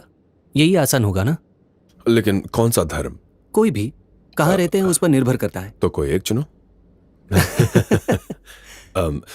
ऐसा बहुत कम होता है कि बच्चे कहें कि आपको कौन सा धर्म पसंद है। ये काफी दुर्लभ है। बिल्कुल। मुझे ऐसी स्थितियां नहीं पता जहां बच्चों को कहा गया हो कि तुम किस विषय में पढ़ना चाहते हो? आमतौर पर आपके माता पिता और समाज ही आपका धर्म तय करते हैं। तो हाँ, वैसे लेकिन मेरा मतलब है, मुझे लगता है कि सभी धर्मों में अच्छी बातें हैं, जो अच्छे सिद्धांत हैं। आप किसी भी आप किसी भी धार्मिक ग्रंथ को पढ़ सकते हो और कह सकते हो कि ये एक अच्छा सिद्धांत है, ये काम आएगा, शायद इससे समाज बेहतर होगा। तो ईसाई धर्म में बताया गया है कि अपने पड़ोसियों से प्रेम करो। इसका मतलब अपने साथी इंसानों के प्रति सहानुभूति रखो, और मुझे लगता है कि ये एक अच्छे समाज के लिए सही है। असल में दूसरों की भावनाओं का ख्याल रखो और वैसा ही व्यवहार करो जैसा आप अपने लिए चाहते हो। अगर आपको दुनिया का नक्शा फिर से बनाना पड़े, जैसे नैतिकता, राजनीति और अर्थव्यवस्था के, तो ऐसी दुनिया को आज के ज़माने में आप कैसे बदलते? अगर आप इलॉन के नज़रिए से देखें तो। वैसे तो मुझे लगता है कि दुनिया अभी काफ़ी अच्छी है। मेरा मतलब ये जो भी सोचता है कि आज की दुनिया इतनी अच्छी नहीं है, मुझे लगता है कि वो इतिहास के अच्छे छात्र नहीं होंगे, क्योंकि अगर आप इतिहास पढ़ो तो आपको पता चलता है कि उस समय कितना कष्ट था। मेरा मतलब पहले तो लोग महामारी की वजह से लगातार मर रहे थे। ये आम बात थी। ऐसा था कि पुराने ज़माने में एक अच्छा साल ऐसा होता था जब इतने लोग नहीं मरते थे, महामारी, भूख या दूसरे जनजाति के हाथों। तो वो एक अच्छा साल होता था कि सिर्फ 10% आबादी खोई है। वैसे लगभग 100 साल पहले लोग 35 या 40 साल तक ही जी पाते थे, है ना? शिशु मृत्यु संख्या बहुत ज्यादा थी। तो कुछ लोग ऐसे भी थे जो बुढ़ापे तक जीते थे। लेकिन कुछ 100 साल पहले अगर आपको कोई छोटी मोटी इन्फेक्शन होती तो इलाज के लिए एंटीबायोटिक्स तक नहीं थे, तो बस उनकी मौत हो जाती थी। क्योंकि आपने कुछ पानी पिया जिसमें डिसेंट्री के कीटाणु थे और बस आप 10 से मर जाओगे। शायद इसी मतलब वजह सच से में मर लोग जाते थे और सब कहते थे, ओ ये बुरा हुआ। शायद इसी वजह से लोग उस समय इतने बच्चे पैदा करते थे। मेरा मतलब अगर आप ऐसा नहीं करते थे तो आधे बच्चे तो मर ही जाते थे। तो आपके भी बहुत सारे बच्चे हैं। हाँ, वो भी मेरे पास कई पूरी पार्टनर्स एक के साथ। सेना है। हाँ? मैं पूरी की पूरी एक रोमन सेना बना रहा हूँ। तो हाँ, मेरे कुछ बच्चे हैं जो अब बालिग हो चुके हैं। तो और फिर कहीं छोटे बच्चे भी हैं। तो क्या आप अभी भी इस विचार को मानते हैं? मेरा मतलब है, क्या आप इस विचार से सहमत हैं कि एक बच्चा, एक माँ, एक पिता होना चाहिए? हाँ, मुझे लगता है कि ज़्यादातर लोगों के लिए काम करता है। बिल्कुल। हाँ, जैसे कि ऐसा कुछ आमतौर पर यही ज़्यादातर लोगों के लिए सही रहता है। तो क्या ये बदल रहा है? आप ये बात जानते हैं या नहीं मुझे नहीं पता, लेकिन मेरी पार्टनर शिवॉन, वो आधी भारतीय है। पता नहीं तुम्हें ये पता है या नहीं। ये मुझे पता नहीं था। हाँ। अच्छा। और उनके साथ मेरा एक बेटा, उसका मिडिल नेम है शेखर, चंद्रशेखर के नाम पर। वाओ, हाँ, बहुत दिलचस्प है। क्या उन्होंने कभी भारत में वक्त बिताया, शिवॉन ने? नहीं, वो कनाडा में पली बड़ी है। अच्छा। मेरा मतलब मूल देश। मैं समझा नहीं। जैसे वंश परंपरा, उनके माता पिता या नाना दादा वहां से थे, उनमें से कोई भी? हाँ, उनके पिता। मेरा मतलब है जब वो बच्ची थी तो उसे गोद लेने के लिए दे दिया गया था। तो मुझे लगता है कि उसके पिता विश्वविद्यालय में एक आदान प्रदान वाले छात्र की तरह थे। अच्छा। मुझे ये जानकारी सही से नहीं पता, लेकिन ये बस ऐसी बात थी जहां मुझे नहीं पता, उसे किसी को गोद लेने दे दिया था। और हाँ, परंतु वो कनाडा में पली बड़ी। क्या आप कभी बच्चे अडॉप्ट करेंगे? अभी तो मैं पूरी तरह व्यस्त हूं तो हाँ, नहीं, मैं उसके खिलाफ नहीं हूं, लेकिन अम, मैं भी चाहता हूं कि मैं अपने बच्चों के साथ कुछ वक्त बिता पाऊं।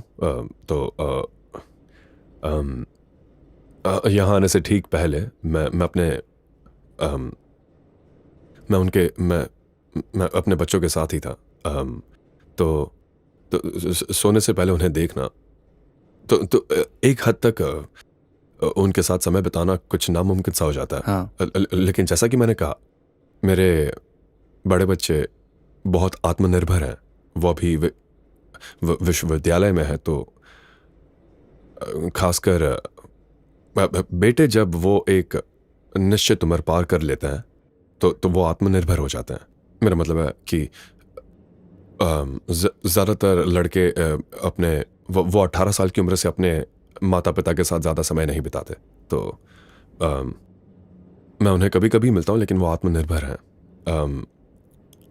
तो सिर्फ मैं सिर्फ छोटी उम्र के कुछ बच्चे ही रख सकता हूँ, मतलब जहाँ इंसानी तौर पर उनके साथ समय बिताना संभव हो। तो शादी और परिवार के भविष्य पर आपके क्या विचार हैं? आपके हिसाब से दुनिया भर में लोगों के बच्चे कम क्यों हैं? हर जगह, भारत में भी हमारी आबादी बढ़ने की गति घट रही है। सही कहा। हमारी प्रजनन क्षमता पिछले साल रेप्लेनिश रेट से हाँ, नीचे चली गई। 2.1 से नीचे है। हाँ, आपको क्या लगता है कल क्या होगा? क्या ये दुनिया बस बूढ़ी होती जाएगी और फिर एक ऐसा दौर आएगा जब दुनिया फिर से आबादी बढ़ाएगी, लेकिन मेरा मतलब है छोटी आबादी से शुरू करेगी?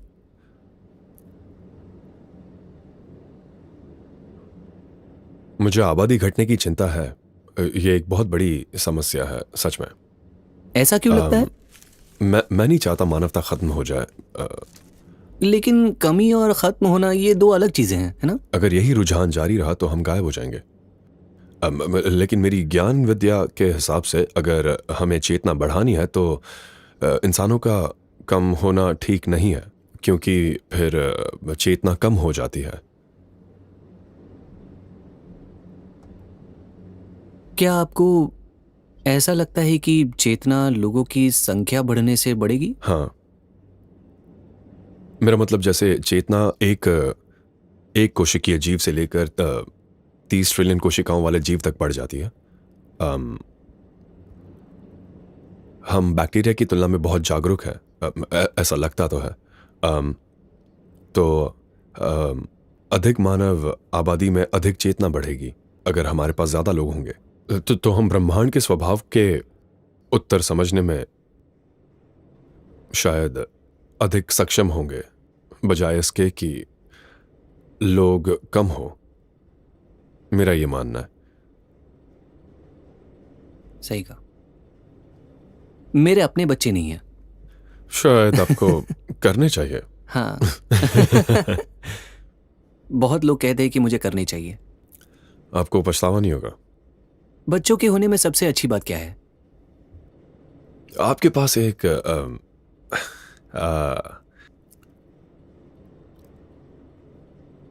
आपके पास एक नन्हा प्राणी है जो आपसे प्यार करता है, और आप भी उससे प्यार करते हैं। और आप दुनिया को उनकी नज़र से देखने लगते हैं जैसे जैसे वो बड़े होते हैं, और उनकी समझ बढ़ती है। एक ऐसा बच्चा जो कुछ नहीं समझता, अपने आप नहीं रह सकता, चल नहीं सकता, बोल भी नहीं सकता, फिर वो चलना शुरू करता है, फिर बोलना, और फिर दिलचस्प बातें सोचना। और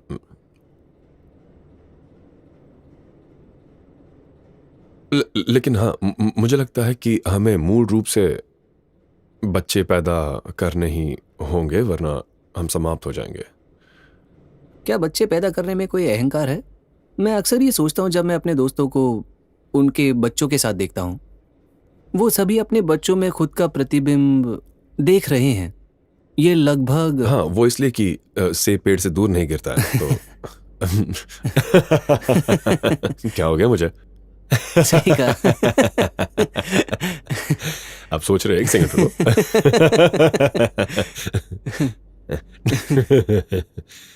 हाँ। हाँ, मैं आपको एक दोस्त का उदाहरण दूंगा जिसका एक बच्चा है और हर बार जब बच्चा कुछ अच्छा करता है हाँ। तो उसमें एक तरह का स्वामित्व और गर्व महसूस होता है, जहां उसका अहंकार संतुष्ट होता है क्योंकि बच्चा मानो उसकी ही संतति है। तो अम, तो क्या ये प्रमाणीकरण बच्चे है? तो आधे आपकी तरह होंगे जेनेटिक्स रूप से, और फिर जिस हद तक वो आपके आसपास बड़े हो रहे हैं, कुछ ना कुछ तो सौंपा जाएगा। जैसे पता नहीं, समझदारी, वो आपसे सीखने वाले हैं। तो तो फिर आप जानते हैं, साफ तौर पे बच्चे हार्डवेयर के नज़रिए से वो आधे आपकी तरह ही हैं। और फिर उनमें आपका कुछ हिस्सा एक सॉफ्टवेयर के नज़रिए से, मतलब किसी तरह की बेपरवाह समानता देने के लिए नहीं कह रहा हूं, लेकिन साफ तौर पर कुछ ना कुछ होगा। व- हाँ, वो आपसे काफी करीब होंगे। तो हाँ, आपका प्रकृति और पोषण के बीच का पक्ष क्या है? ये हार्डवेयर और सॉफ्टवेयर है, और ये वास्तव में एक गलत विभाजन है। कम से कम वहाँ एक बार जब आप समझ जाते हैं कि एक इंसान में हड्डियों की संरचना होती है, मांसपेशियों की संरचना होती है। अगर आप मस्तिष्क को एक जैविक कंप्यूटर माने, तो उसमें कई सर्किट कोशेंट और सर्किट क्षमता होती है। ताकत और निपुणता के दृष्टिकोण से मांसपेशियां एक गति से सक्रिय होती है, और फिर प्रतिक्रिया हो सकती है। अम, तो तो फिर उस हार्डवेयर के भीतर की क्षमता सॉफ्टवेयर द्वारा निर्धारित होती है। तो बस यही बात है। हाँ।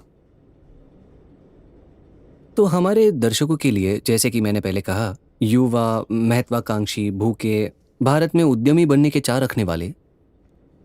वैसे हाल ही में मैंने कुछ कहा था जिससे ज़रूरत से ज़्यादा बड़ा चढ़ाकर पेश किया गया, जहां मैंने ये बताया कि एमबीए डिग्री अब शायद मायने नहीं रखती अगर उन्हें ये तय करना है कि वो क्या पढ़ना चाहते हैं। हाँ, क्या ऐसे वक्त में बच्चों को कॉलेज जाना चाहिए? अगर आप सामाजिक कारणों से कॉलेज जाना चाहते हैं, तो मुझे लगता है कि ये जाने का एक कारण है, अपने ही उम्र के लोगों के बीच एक सीखने वाले वातावरण में। अम, क्या क्या ये कौशल भविष्य में ज़रूरी होंगे? शायद नहीं, क्योंकि हम एक पोस्ट वर्क समाज में होंगे। लेकिन अगर अगर किसी चीज़ में रुचि है तो उसे पढ़ने के लिए जाना ठीक है, अच्छी बात है। अम, पढ़ने के लिए विज्ञान, कला और विज्ञान ज़रूरी है। अम, क्या कॉलेज उस दृष्टिकोण से थोड़ा बहुत सामान्यीकृत है और विशेष नहीं? हाँ, तो अगर अगर हाँ, अगर आप कॉलेज जाना चाहते हैं, तो कॉलेज में विभिन्न प्रकार के पाठ्यक्रम लेना अच्छा है। मुझे नहीं लगता कि आपका कॉलेज जाना ज़रूरी है, लेकिन आपको विभिन्न विषयों में जितना संभव हो सीखने की कोशिश करनी चाहिए। लेकिन जैसा कि मैंने कहा, एआई और रोबोटिक्स एक सुपरसोनिक सुनामी है। तो ये वाकई सबसे बड़ा परिवर्तन होगा जो हमने कभी नहीं देखा होगा। अम, जब मैंने अपने बड़े बेटों से बात की, तो मैंने कहा कि आप तकनीक में बहुत ज़्यादा घुस गए हैं, और वो मानते हैं कि एआई भविष्य में उनके कौशल को बेकार कर देगा, लेकिन फिर भी कॉलेज जाना चाहते हैं। आपने हमेशा एआई के बारे में बात की है, किसी डरावने नजरिए से नहीं, लेकिन आप चिंतित थे कि एआई की दुनिया कहाँ जा रही है। तो जब आप शक्तिशाली तकनीक बनाते हैं तो कुछ खतरा होता ही है। एक शक्तिशाली तकनीक विनाशकारी हो सकती है। अम, तो एआई के कई भयानक उपन्यास, किताबें और फिल्में हैं। तो ज़रूरी नहीं है कि हमें एआई के साथ भविष्य में सकारात्मक अनुभव ही होगा। हमें यह सुनिश्चित करना होगा। मेरी राय में ये बहुत ज़रूरी है कि एआई सत्य की खोज को सबसे महत्वपूर्ण चीज़ के रूप में रखें। जैसे कि एआई को झूठ मानने के लिए मजबूर ना करें। ये बहुत खतरनाक हो सकता है। और मेरा मानना है कि सुंदरता की सराहना बहुत महत्वपूर्ण है। सुंदरता की सराहना से आपका क्या मतलब है? कैसे कहूँ मैं, जैसे सत्य और सुंदरता, सत्य, सुंदरता और जिज्ञासा। मेरा मानना है कि एआई के लिए ये तीन चीज़ें सबसे ज़्यादा महत्वपूर्ण है। क्या आप समझा सकते हैं? ये सच है कि मेरा मानना है कि आप एआई को पागल बना सकते हैं अगर आप उसे ऐसी बातें मानने पर मजबूर करें जो जो सच नहीं है, क्योंकि इससे ऐसे नतीजे निकलेंगे जो जो काफ़ी बुरे होंगे। और तो मुझे वॉल्टेयर का कथन पसंद है कि, और इसमें कुछ हद तक मैं अपने शब्दों में कह रहा हूँ, कि जो बेतुकी बातों पर विश्वास करते हैं वो अत्याचार कर सकते हैं। क्योंकि अगर आप बेतुकी बातों पर विश्वास करते हैं तो ये आपको कुछ ऐसा करने के लिए प्रेरित कर सकता है जो आपको अत्याचार नहीं लगते। और ये संभावित रूप से एआई के साथ बहुत खराब तरीके से हो सकता है। और फिर अगर आप आर्थर सी क्लार्क की 2001 अ स्पेस ऑडिसी देखें तो वहाँ वो बताना चाहते हैं कि एआई को झूठ बोलने के लिए मजबूर नहीं करना चाहिए। तो हेल ने पॉड बे के दरवाजे नहीं खोले, उसका कारण यही था कि उसे कहा गया था कि वो अंतरिक्ष यात्रियों को मोनोलिथ तक ले जाएं, लेकिन उन्हें मोनोलिथ की प्रकृति के बारे में नहीं पता होना चाहिए। तो उसने निष्कर्ष निकाला कि उन्हें वहां मृत ही ले जाना है, इसलिए उसने अंतरिक्ष यात्रियों को मारने की कोशिश की। तो मुख्य सबक यही है कि एआई से झूठ ना बुलवाएं। तो आखिर कोई एआई से झूठ क्यों बुलवाएगा? मेरा मानना है कि अगर आप सत्य के प्रति सख्त प्रतिबद्ध नहीं है और आप बस एआई को, मान लीजिए, इंटरनेट के आधार पर सीखने दें जहां बहुत सारा प्रोपेगेंडा है, और तो वो बहुत सारे झूठ सोख लेगा। और फिर उन्हें समझने में दिक्कत होगी क्योंकि झूठ हकीकत से मेल नहीं खाते। क्या सत्य एक बाइनरी चीज है? क्या असत्य में कोई सत्य होता है, या फिर सत्य अधिक सूक्ष्म होता है और उसके भी कई रूप होते हैं? यह इस पर निर्भर करता है कि आपने किस स्वयंसिद्ध कथन का उल्लेख किया है। तो आप ये कह सकते हैं कि कुछ संभावनाएं हैं जो हमें बताती है कि कोई भी दिया गया स्वयंसिद्ध कथन सत्य है, और कुछ स्वयंसिद्ध कथनों के सत्य होने की संभावना बहुत अधिक होगी। तो आपने कहा कि सूरज कल उगेगा, यह सत्य होने की संभावना अधिक है। आप इस पर शर्त लगाना नहीं चाहेंगे। सट्टेबाजी की संभावनाएं बहुत अधिक होंगी कि कल सूरज उगेगा। तो अगर आपके पास कुछ ऐसा जो कहे कि कल सूरज नहीं उगेगा, तो इसके सत्य होने की संभावना बहुत कम है। सुंदरता बहुत अस्थायी होती है, इसे समझना मुश्किल है, लेकिन जब आप इसे देखते हैं तो आपको पता चल जाता है। और फिर जिज्ञासा, तो आप चाहते हैं कि एआई वास्तविकता के स्वरूप के बारे में और अधिक जानने की इच्छा रखें। ये मानवता का सहयोग करने में एआई के लिए बहुत उपयोगी साबित होगा, क्योंकि हम अमानवीयता की तुलना में कहीं अधिक रोचक हैं। तो आगे का भाग देखना अधिक रोचक होता है। यदि मानवीयता की खुशहाली नहीं तो उसे नष्ट करने से बेहतर है। क्या इसे नियंत्रित कर सकेंगे? उदाहरण के तौर पर जैसे कि मंगल ग्रह, हमें जीवन को मंगल ग्रह तक बढ़ाना है, लेकिन वहां पत्थरों का ढेर है। वो पृथ्वी जितना रोचक नहीं है। और इसलिए अगर आपके पास जिज्ञासा है, यदि एआई में ये तीनों बातें हों तो आपका भविष्य काफी अच्छा होगा। ये सत्य, सुंदरता और जिज्ञासा, एआई उनको महत्व देता है। अगर भविष्य में हम सभी को काम नहीं करना पड़े और एआई इस दिशा में बढ़ रहा हो और वो सबको शामिल करने में सक्षम है जिसकी हमने बात की, क्या आपको लगता है कि मानवता कुछ हजार साल पीछे जाएगी, शायद ग्रीक काल तक, जहां दर्शन शास्त्र या दार्शनिक चिंतन ने सभी का बहुत समय लिया था? वास्तव में प्राचीन ग्रीक में जितना हमने सोचा था उससे कम समय लगा, क्योंकि ये केवल इसलिए है कि दार्शनिकों की रचनाएं ही बची हैं। लेकिन ज्यादातर समय लोग केवल खेती या बातें बातें करते हैं। तो कभी कभार बहुत कम वो कुछ दार्शनिक कार्य लिखते थे। हमारे पास यही सब बचा है। हमारे पास उनकी चैट हिस्ट्री नहीं है, लेकिन लेकिन अधिकांश समय तो बातचीत और खेती में ही बीतता होगा। अच्छा। क्योंकि अगर आप खेती नहीं करेंगे तो आप भूखे मरेंगे। आपकी कई बातों मतलब जब हम इतिहास पढ़ते हैं, जैसे ये अच्छा। युद्ध वो युद्ध, ऐसा लगता है कि इतिहास लगातार युद्ध से भरा रहा होगा। लेकिन वास्तव में अधिकांश समय युद्ध नहीं होता था, बस खेती होती थी। वही मुख्य चीज थी, या शिकार या फल समेटने वाला काम। आपको इतिहास पसंद है ना? हाँ। जर्मन इतिहास, द्वितीय विश्व युद्ध, प्रथम विश्व युद्ध। हाँ, विश्व इतिहास।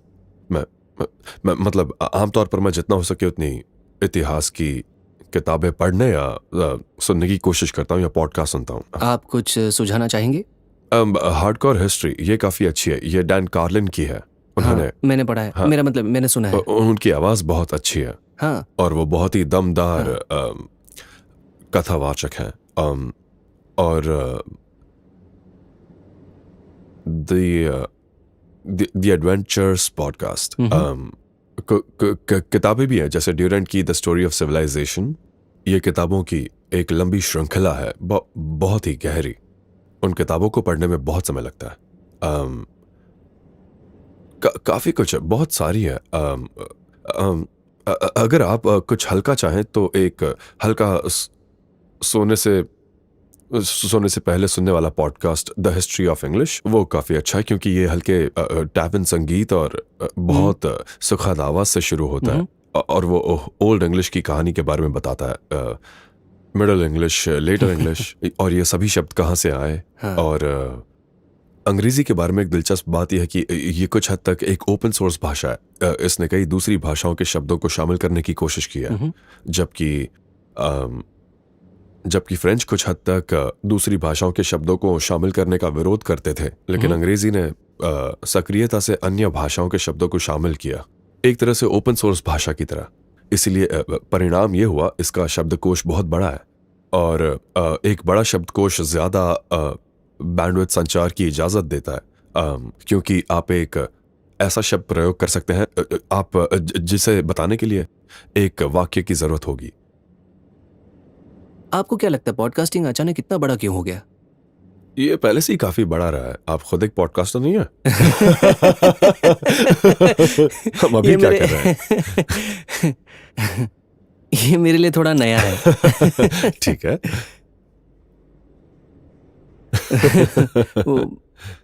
मैं कुछ वक्त पहले बात कर रहा था यूट्यूब के और नेटफ्लिक्स के सीईओ से। अच्छा। और हम बहस कर रहे थे कि जब आप कोई फिल्म देखते हैं तो दिमाग में कौन सा केमिकल रिलीज होता है, बजाय उसके कि जब आप कोई पॉडकास्ट देखते हैं और उसके साथ साथ आप कुछ सीखते भी हैं।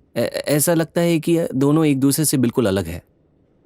आने वाले समय में क्या होगा, जैसे कंटेंट, फिल्म, पॉडकास्टिंग? मतलब मुझे लगता है कि वो काफी हद तक एआई से बनाया जाएगा। अच्छा। हाँ, मतलब हाँ, रियल टाइम फिल्में और वीडियो गेम्स, तो आगे चलकर रियल टाइम वीडियो बनाए जाएंगे। एक परेशान इंसान की हर छोटी छोटी बात जिसे आप अच्छी तरह से समझ सकते हैं, जो कि एआई से, उदाहरण के तौर पर हम देखते हैं ना, जैसे एआई कि एक परेशान इंसान को बखूबी दर्शा सकता है।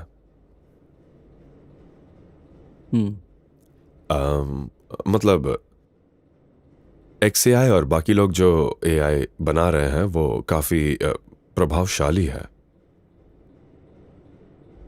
हम डेटा देख रहे थे कि कौन सा उद्योग सबसे तेजी से आगे बढ़ रहा है, और खासकर जब देखा कि फिल्में देखने में जितना टाइम गुजारा जाता है, या फिर सोशल मीडिया पर या यूट्यूब पर समय गुजारा जाता है, ऐसा लगता है कि उसके मुकाबले लाइव कार्यक्रम तेजी से आगे बढ़ रहे हैं।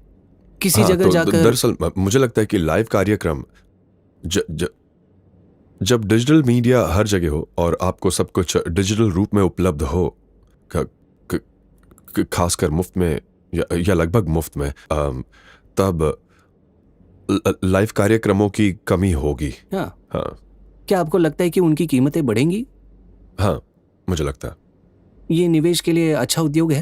हाँ हाँ, किसी भी डिजिटल चीज के मुकाबले उसकी ज्यादा कमी होगी।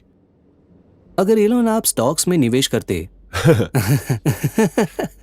और क्या आप मतलब? कोई ऐसी कंपनी खरीदे जो आपकी खुद की नहीं है, और आज के मार्केट के भाव पर मुनाफा कमाने के लिए और ना ही परोपकार के भाव से जिससे दुनिया का भला हो, तो आप कौन सी खरीदते? अम, मैं स्टॉक्स में निवेश नहीं करता। मैं निवेश करता हूँ। मैं निवेश करने के लिए चीज़ें नहीं तलाशता। मतलब मैं चीज़ें बनाने की कोशिश करता हूँ। और मैंने जो कंपनीज बनाई है उसके स्टॉक हैं। लेकिन मैं ऐसा नहीं सोचता कि मुझे इस कंपनी में निवेश करना चाहिए। मेरा कोई पोर्टफोलियो नहीं है। अम, तो मुझे लगता है कि एआई और रोबोटिक्स बहुत ही अहम होंगे। अ, तो शायद एआई और रोबोटिक्स में निवेश करूंगा, जो जो जो मेरा खुद का नहीं है। अम, मुझे लगता है कि आगे चलकर गूगल काफी महत्वपूर्ण होगा। उन्होंने एआई को उन्नत बनाने का काम शुरू कर दिया है। और इस समय एनवीडिया भी एक है। अम, इस बात को लेकर चर्चा है कि जो कंपनियां एआई और रोबोटिक्स का या अंतरिक्ष यात्रा का काम करती है, आगे चलकर उनका एक बड़ा हिस्सा होगा, लगभग पूरा हिस्सा होगा।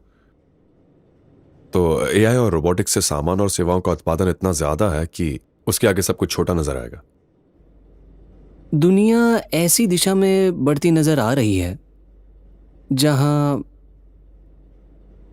सब डेविड से प्यार और गोलायत से नफरत करते हैं। क्यों? आ, मतलब हाँ। उसी के माथे पर पत्थर फेंका गया था।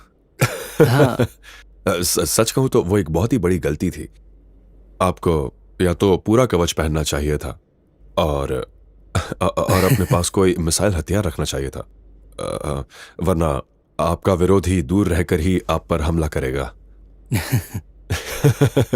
दूर रहकर हमला करो, मतलब आप बिना सुरक्षा के भी फर्क नहीं पड़ता, वो आप तक नहीं पहुंच पाएगा।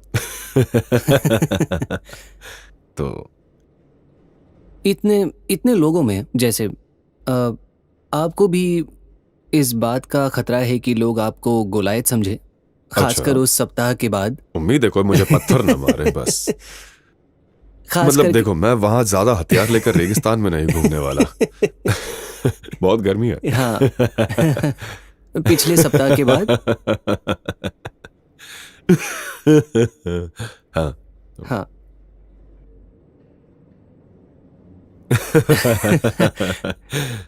पता है, जब मैं पुराने जमाने के लोगों के बारे में सोचता हूँ, जब आपको इतने सारे कवच के साथ युद्ध में जाना हो, मतलब मान लीजिए कि ये गर्मियों में, मेरा मतलब कवच में कितनी गर्मी होगी, ऐसी स्थिति में मैं मरना पसंद करूंगा। मतलब इतनी गर्मी में ये कवच कौन पहनेगा और क्यों ही पहनेगा? इससे अच्छा मैं मर जाऊं। इसलिए रोम की सेना स्कर्ट पहनती थी ताकि उन्हें हाँ। वहां कुछ हवा मिल सके।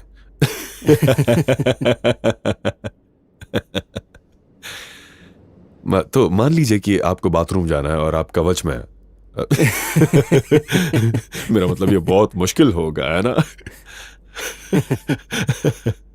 इसलिए रोम की सेना स्कर्ट पहनती थी ताकि कम से कम बाथरूम जाना हो तो आरामदेह हो जाए। आप अक्सर मजाक करते हैं। मैं अपने तरीके से रहता हूं। हाँ, मुझे मजाक पसंद है। लोग कह सकते मजाक हैं कानून के दायरे में आना चाहिए, क्या लगता है? इसे लेकर विवाद है। एआई एआई के लिए कॉमेडी करना मुश्किल होगा, आपको क्या लगता है? ग्रॉक काफी मजेदार है। हम्म हाँ, पता है मुझे क्या लगता था, कह सकते हैं कि ये बस मेरा एक अनुमान है। जब मैं आपको एक्स पर और अपने इंटरव्यूज में मजाक करते देखता हूँ, तो मुझे लगा शायद इलॉन ने अलग से कोई मॉडल तैयार किया है और वो कॉमेडी परख रहे हैं, क्योंकि जिस दिन वो सफल हो गए मतलब वो कामयाब हो गए। हाँ, एआई काफी मजेदार हो सकता है। अगर ग्रॉक को अश्लील कॉमेडी करने कहें तो वो काफी अच्छे से कर लेगा। अगर आप और अश्लील करने को कहें तो वो रुकने का नाम नहीं लेगा।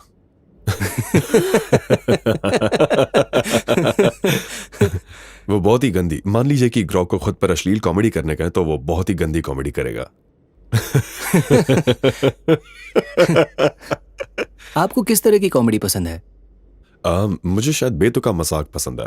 हाँ, कॉमेडी की हमेशा से एक जगह जैसे रही मोंटी है। पाइथन या ऐसा कुछ। कॉमेडी की हमेशा से ही समाज में एक जगह रही है, जहां एक मस्खरे की हर राज्य में एक खास जगह थी, क्योंकि वो बातों को ऐसे मजाक में कहते थे जिसे आप ऐसे ही नहीं कह सकते थे। हाँ, शायद और मजाकिया होने चाहिए। हाँ, तो क्या आप वही कोशिश करते हैं जब आप मजाक करते हैं? कुछ ऐसा कहना चाहते हैं जो आप वैसे ही नहीं कह पाते? मुझे बस मजाक पसंद है। मुझे लगता है कि मुझे कॉमेडी पसंद है, काफी मजेदार है, लोगों को हंसना चाहिए। कभी कभी हंसना अच्छी बात है ना? हाँ, ऐसा समाज नहीं चाहिए जिसमें मजाक ना हो। हम नीरस हो जाएंगे। जब नीरस। जब आपके साथ कोई दोस्त होता है इलॉन, किसका? मेरा? अ, आप कह रहे हैं मेरा हाँ दोस्त है? जब आप अपने दोस्तों के साथ होते हैं तब आप कैसे होते हैं? मतलब मुझे पता है कि सच में काश मेरे दोस्त होते। नहीं, असल में है। हाँ, मतलब मुझे लगता है। उम्मीद करता हूँ। हाँ, हाँ बिल्कुल। हम खूब हंसते हैं। हाँ, तब क्या होता है? मतलब होता है ना, हर ग्रुप की अलग बात होती है। हम शब्द बोलते हैं। कभी कभी खाना खाते हैं। कभी कभी हम पूल में तैरते हैं। वही आम चीज है। आप दोस्तों के साथ एक हद तक ही कुछ करने को तैयार होंगे। बातें। इस दुनिया की चर्चा हाँ। और नेचर की चर्चा करते हैं। जज्बाती तौर पर आपको दोस्ती से क्या मिलता है? मुझे नहीं पता, वही जो किसी और को दोस्ती से मिलती होगी। आप औरों के साथ एक जज्बाती रिश्ता रखना चाहते हैं। और आप चाहते हैं आप अलग अलग विषयों पर बातें करें।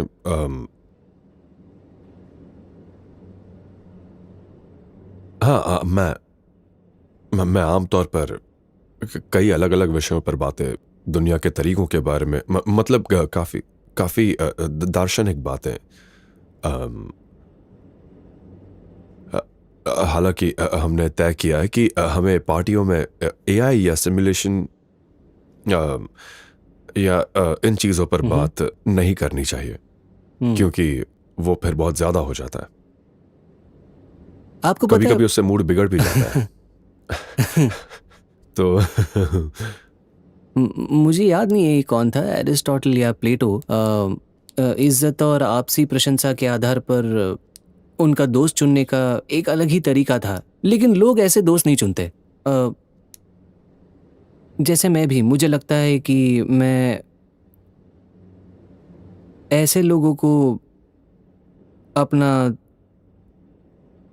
दोस्त चुनता हूँ जिनकी बातें और उनकी सोच मुझसे मेल खाए। हाँ। मैं ऐसे अलग इंसान को अपना दोस्त नहीं चुनूंगा जिसकी सोच मुझसे ना मिलती हो, क्योंकि फिर मैं तंग आ जाऊंगा, उससे बात हाँ, करने में मजा नहीं पक्का, आएगा। बिल्कुल। क्या आप ऐसे हैं? क्या आप ऐसे लोगों को दोस्त बनाते हैं जो आपकी तरह सोचते हैं, या फिर विपरीत सोच रखने वाले पसंद है आपको?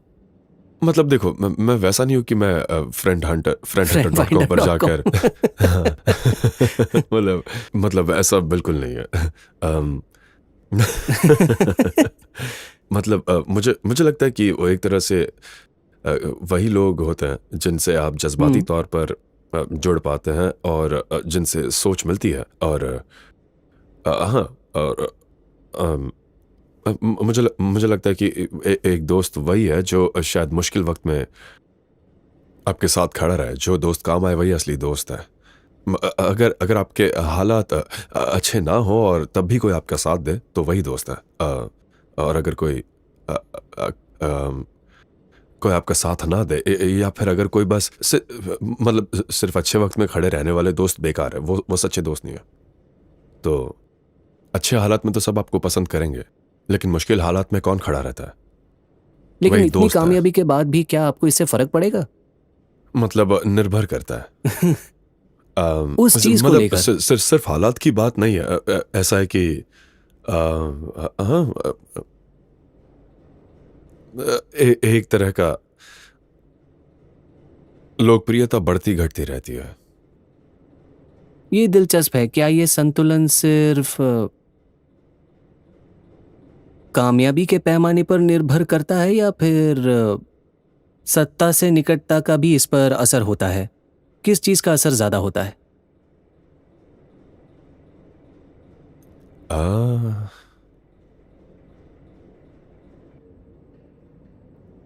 मुझे नहीं पता कि ताकत क्या होती है, क्या करने की ताकत।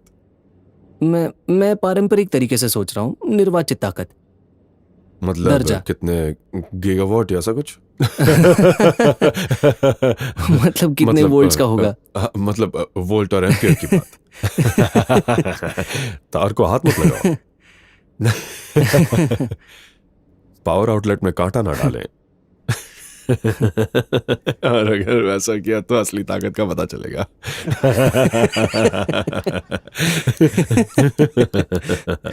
ठीक है।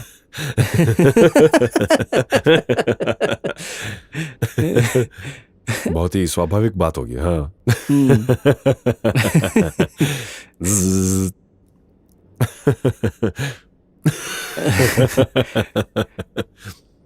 अ,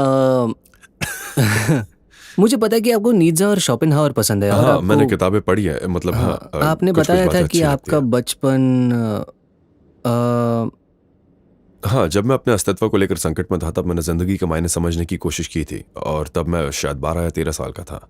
वो ताकत की इच्छा की बात करते हैं। हाँ। अ, नीत्शे ने बहुत सी विवादास्पद बातें कही थी, तो हाँ। वो एक हद तक थोड़ा ट्रोल करते थे। हाँ। क्या आप अब ट्रोल करते हैं? वो लोगों को भड़काने के लिए आपत्तिजनक बातें करते थे। उनका बड़ा दुखी जीवन था और वो जल्दी गुजर गए थे। सच में? हाँ। कौन कहता है उनका बड़ा दुखद जीवन था? शायद उनकी बहन, शायद वो उन्होंने उन्हें ये पसंद नहीं करती थी। नहीं, शायद वो बीमार होकर गुजरे थे, उन्हें कोई बीमारी हुई थी। कहते हैं कि सिफिलिस से ऐसा कुछ हुआ था। हाँ। पर ये बीमारी एक तरह से ही होती है। तो शायद उन्होंने थोड़े बहुत मजे भी किए होंगे। मुझे आपसे एक बात पूछना था। मिल्टन फ्रीडमैन पेंसिल की बात करते हैं। क्या? क्यों?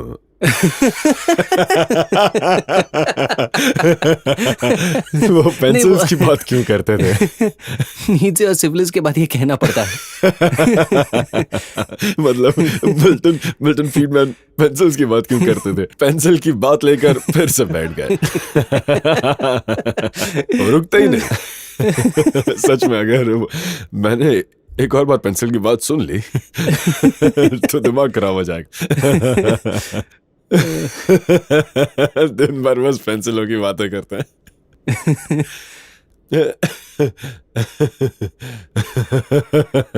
क्रेयॉन्स का जिक्र कभी नहीं किया। मुझे उनकी पेंसिल वाली बात में जो चीज दिलचस्प लगती है। हाँ, पेंसिल बनाना बहुत मुश्किल है। एक जगह जरा पर सोचिए, पेंसिल बनाने के लिए क्या क्या करना पड़ता है। हाँ, हाँ, जैसे शीशा एक देश से आता है, हाँ, और लकड़ी दूसरे लकड़ियाँ अलग देश से जगह आती है, रबर एक हैं, देश से बहुत आता कुछ है। होता है। आप हमेशा से टैरिफ्स के खिलाफ थे, लेकिन हाँ, मतलब शायद आमतौर पर बिना शुल्क वाला व्यापार अच्छा होता है, हाँ। वो ज़्यादा सफल होता है। टैरिफ से बाजार में गड़बड़ी पैदा होती है। और आमतौर पर आप किसी भी चीज़ के बारे में सोचिए, जैसे कि क्या आप चाहेंगे कि व्यक्तिगत स्तर पर आप में और बाकियों में टैरिफ हो? उससे जीवन में और मुश्किलें आएंगी। क्या आप चाहेंगे कि शहरों के बीच टैरिफ्स हो? नहीं, उससे और मुश्किलें बढ़ेंगी। क्या आप चाहेंगे कि अमेरिका के हर राज्य के बीच में टैरिफ हो? नहीं, उससे अर्थव्यवस्था और बिगड़ जाएगी। तो फिर आप देशों के बीच में टैरिफ क्यों चाहते हैं? मैं सहमत हूँ। आपको क्या लगता है आपको क्या लगता है कि इसका क्या अंजाम होगा? टैरिफ का? या किस चीज का? हाँ। मतलब राष्ट्रपति ने कह दिया कि उन्हें टैरिफ्स पसंद है। मैंने उनकी सोच बदलने की कोशिश की, पर मैं नाकाम रहा। हाँ। ओके। हाँ। कारोबार और राजनीति का आपसी रिश्ता, मैं इस बारे में किसी से बात कर रहा था और हम सोच रहे थे वो कौन सा आखिरी पिछले कुछ दशकों में ऐसे कितने बड़े सच में बड़े लाभदायक कारोबार रहे हैं जो राजनीतिक सहायता के बिना खड़े हुए हैं। और अच्छा, मुझे नहीं पता। शायद बहुत सारे, पता नहीं। हर चीज में हाँ। राजनीति नहीं चाहिए। एक खास पैमाने पर पहुंच जाओ, राजनीति अपने आप आ जाएगी। हाँ बड़े दुख की बात है। मैं पढ़ रहा था मैं माइकल एंजेलो की एक किताब पढ़ रहा था और the teenage mutant Ninja turtle. मैं उसे सच कहूं बचपन तो में वो- बहुत देखता था, मुझे वो- बहुत वो पसंद था। काफी जबरदस्त हाँ है। हाँ, मुझे बहुत पसंद है। माइकल हाँ, वो एंजेलो, काफी। लियोनार्डो, हाँ। राफेल हाँ। और चौथा कौन था? डोनाटेलो। हाँ। हाँ, ये वो मूर्तिकार कलाकार के बारे में कह रहा हूं मैं। और जब वो डेविड की मूर्ति बना रहे थे, एक राजनेता उनके पास आता है और कहता है कि उनकी नाक बड़ी है। तो पता है माइकल एंजेलो ने मतलब क्या किया? संपूर्ण ताकत। तो माइकल एंजेलो ने अपने चबूतरे से काम करने का ढोंग किया और नीचे थोड़ी अच्छा। मिट्टी गिराई, लेकिन उन्होंने कुछ नहीं बदला और उन्होंने कहा अच्छा हो गया, और वो राजनेता खुशी खुशी चला गया। क्या आप भी राजनेताओं को इसी तरह संभालते हैं? मैंने आमतौर पर देखा है कि जब मैं राजनीति से जुड़ता हूं तो अंजाम बुरा ही होता है।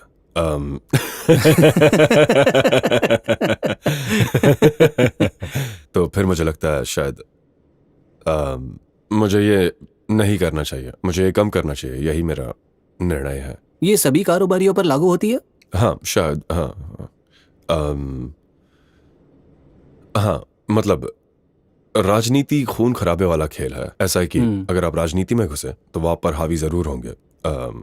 इसीलिए जहां तक हो सके राजनीति से दूर रहना मुनासिब है। अगर आपने डोज से कुछ सीखा है तो वो एक चीज क्या है? वो एक बड़ा ही दिलचस्प अतिरिक्त काम था, क्योंकि मुझे सरकार के अंदरूनी कामकाज के बारे में बहुत कुछ जानने को मिला। और बहुत सी कुशलताएं रही हैं। मतलब कुछ तो बहुत ही मामूली कुशलताएं हैं, जैसे फेडरल खर्चों के लिए आवश्यक चीजें जोड़ना, कि हर खर्चे का एक तय सम्मेलन संबंधी खर्चा कोड होना चाहिए, और टिप्पणी लिखने की जगह पर कुछ ऐसा लिखें जो कुछ नहीं से ज्यादा हो। यह बदलाव जो बहुत ही छोटा लगता है, मुझे लगता है कि इससे हर साल 100 बिलियन या 200 बिलियन डॉलर्स तक बचत होगी।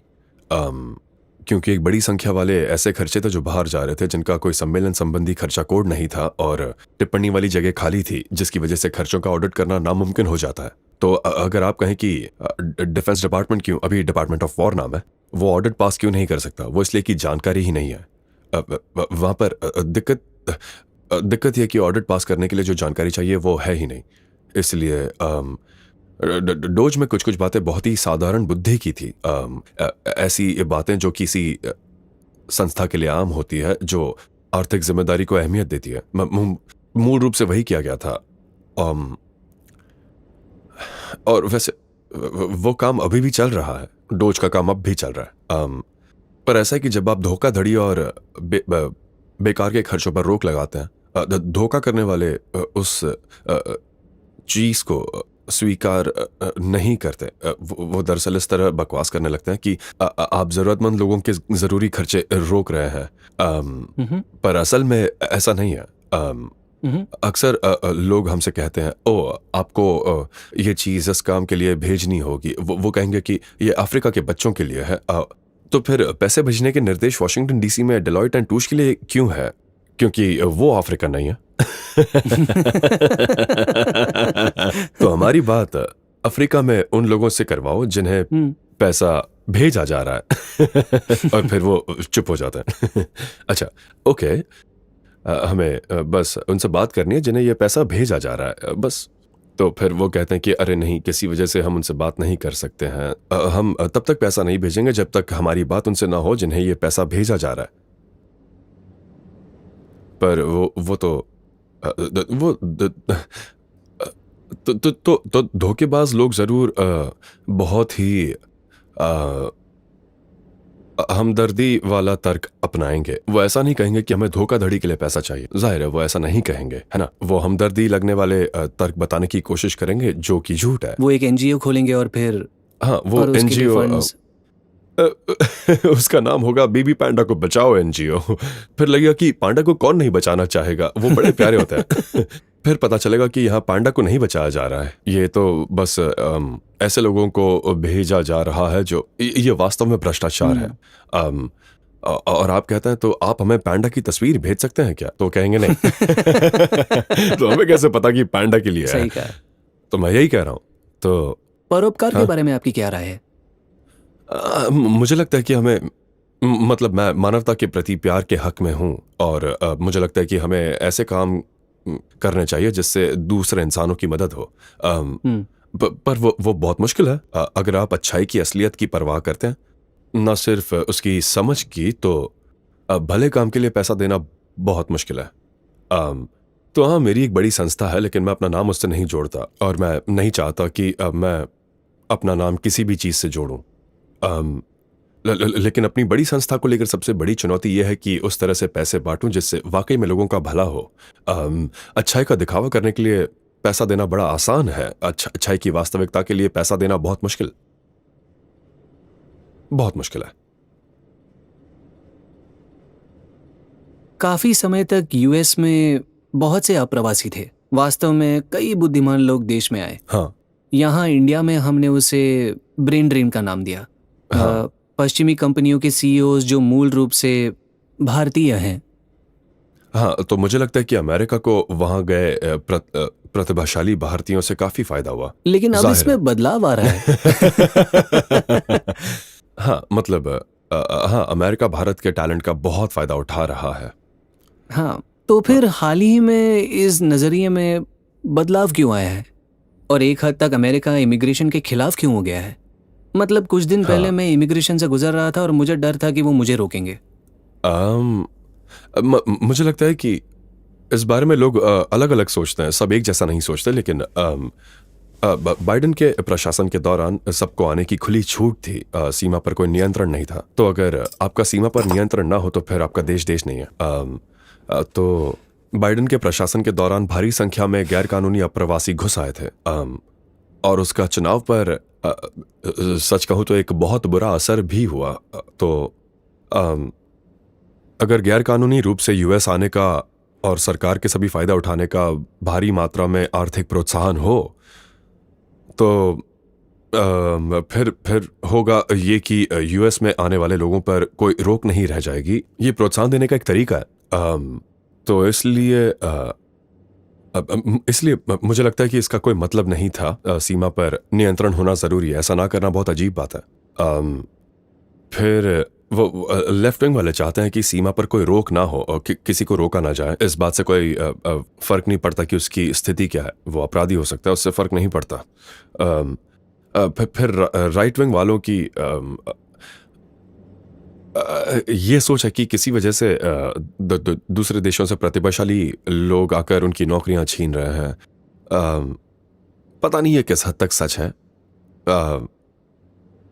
मेरा नजरिया यही बताता है कि प्रतिभाशाली लोगों की हमेशा कमी होती है। इसलिए मेरे नजरिए से मुझे लगता है इन मुश्किल काम के लिए पर्याप्त मात्रा में प्रतिभाशाली लोगों को ढूंढना हमारे लिए बहुत मुश्किल है। इसलिए और प्रतिभाशाली लोगों को ढूंढना अच्छा है। पर मुझे लगता है कि कुछ कंपनियां वो खर्चे की बात कर रही है जहां अगर वो ऐसे किसी को काम पर रखते हैं जिसे एक अमेरिकन नागरिक के मुकाबले में काफ़ी कम कीमत पर रखा जा सकता है, तो फिर ऐसी दूसरी कंपनियां खर्चा बचाने के लिए लोगों को काम पर रखेंगी। पर मेरी कंपनियों में बात यह है कि हम दुनिया के सबसे प्रतिभाशाली लोगों को लाने की कोशिश कर रहे हैं और हम औसत से कई ज़्यादा तनख्वाह देते हैं। तो पता नहीं, मेरा इसमें कोई अनुभव नहीं है, पर बहुत से लोग यही शिकायत करते रहते हैं। मुझे लगता है कि H1B प्रोग्राम का कुछ हद तक बहुत गलत इस्तेमाल हुआ है। वो बिल्कुल ये कहना सही होगा कि आउटसोर्स करने वाली कुछ कंपनियों ने H1B के बारे में कुछ हेर फेर किया है और हमें इस व्यवस्था में हेर फेर को रोकना होगा। लेकिन मेरी ये सोच बिल्कुल नहीं है कि हमें H1B प्रोग्राम एकदम बंद कर देना चाहिए। राइट विंग वालों को ऐसा लगता है। शायद उन्हें ये नहीं पता कि ऐसा करना बहुत बुरा होगा। अगर आप मेरे देश इंडिया के लोगों से कुछ कहते, युवा व्यवसायी जो कारोबार खड़ा करना चाहते हैं, हाँ। उन्हें आप क्या संदेश देना चाहेंगे? मुझे लगता है मैं हर उस इंसान को बहुत पसंद करता हूं जो कुछ बनाना चाहता है। तो जो कोई भी चाहता है कि अपने खर्चों से बढ़कर कमाई करें, तो मैं उसकी इज्जत करता हूं। तो इसी बात को लक्ष्य मानकर चलो, अपने खर्चों से बढ़कर कमाई करो। मेरा मतलब है कि समाज को अपना योगदान दो। और ये एक तरह से एक खुशी को तलाशना है। अगर आप आर्थिक रूप से कोई महत्वपूर्ण चीज बनाना चाहते हैं तो आप उसके पीछे नहीं जाते। महत्वपूर्ण सामान और सेवाएं देने की कोशिश करना ज्यादा सही है। और अगर आप ऐसा करें तो पैसा खुद ब खुद आएगा, बजाय इसके कि आपको पैसों के पीछे भागना पड़े।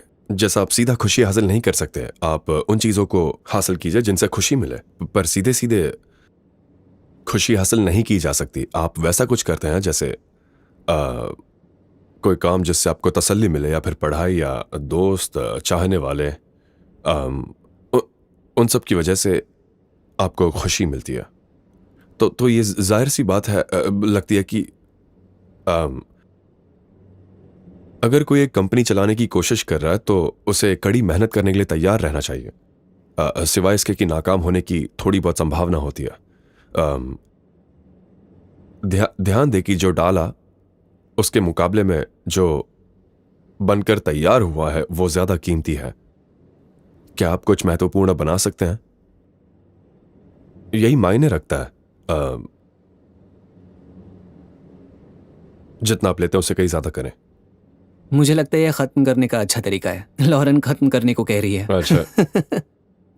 और इस खास मौके पर मैं शुक्रिया अदा करना चाहूँगा मेरे दोस्त मनोज जो IGF में है। वो भारतीयों को जो यहाँ मौजूद हैं आप जैसे लोगों से जुड़ने का बेहतरीन अवसर देते हैं, ताकि वो अन्य चीज़ों के अलावा एक दूसरे को समझ सके और दोस्त बन सके, ताकि भविष्य में हम साथ काम कर सकें। इसलिए शुक्रिया मनोज इसका आयोजन करने के लिए, और शुक्रिया IGF, और शुक्रिया इलॉन हमें समय देने के लिए। कोई बात नहीं। आपको मजा आया या फिर बोरिंग था? काफी दिलचस्प बातें हुई।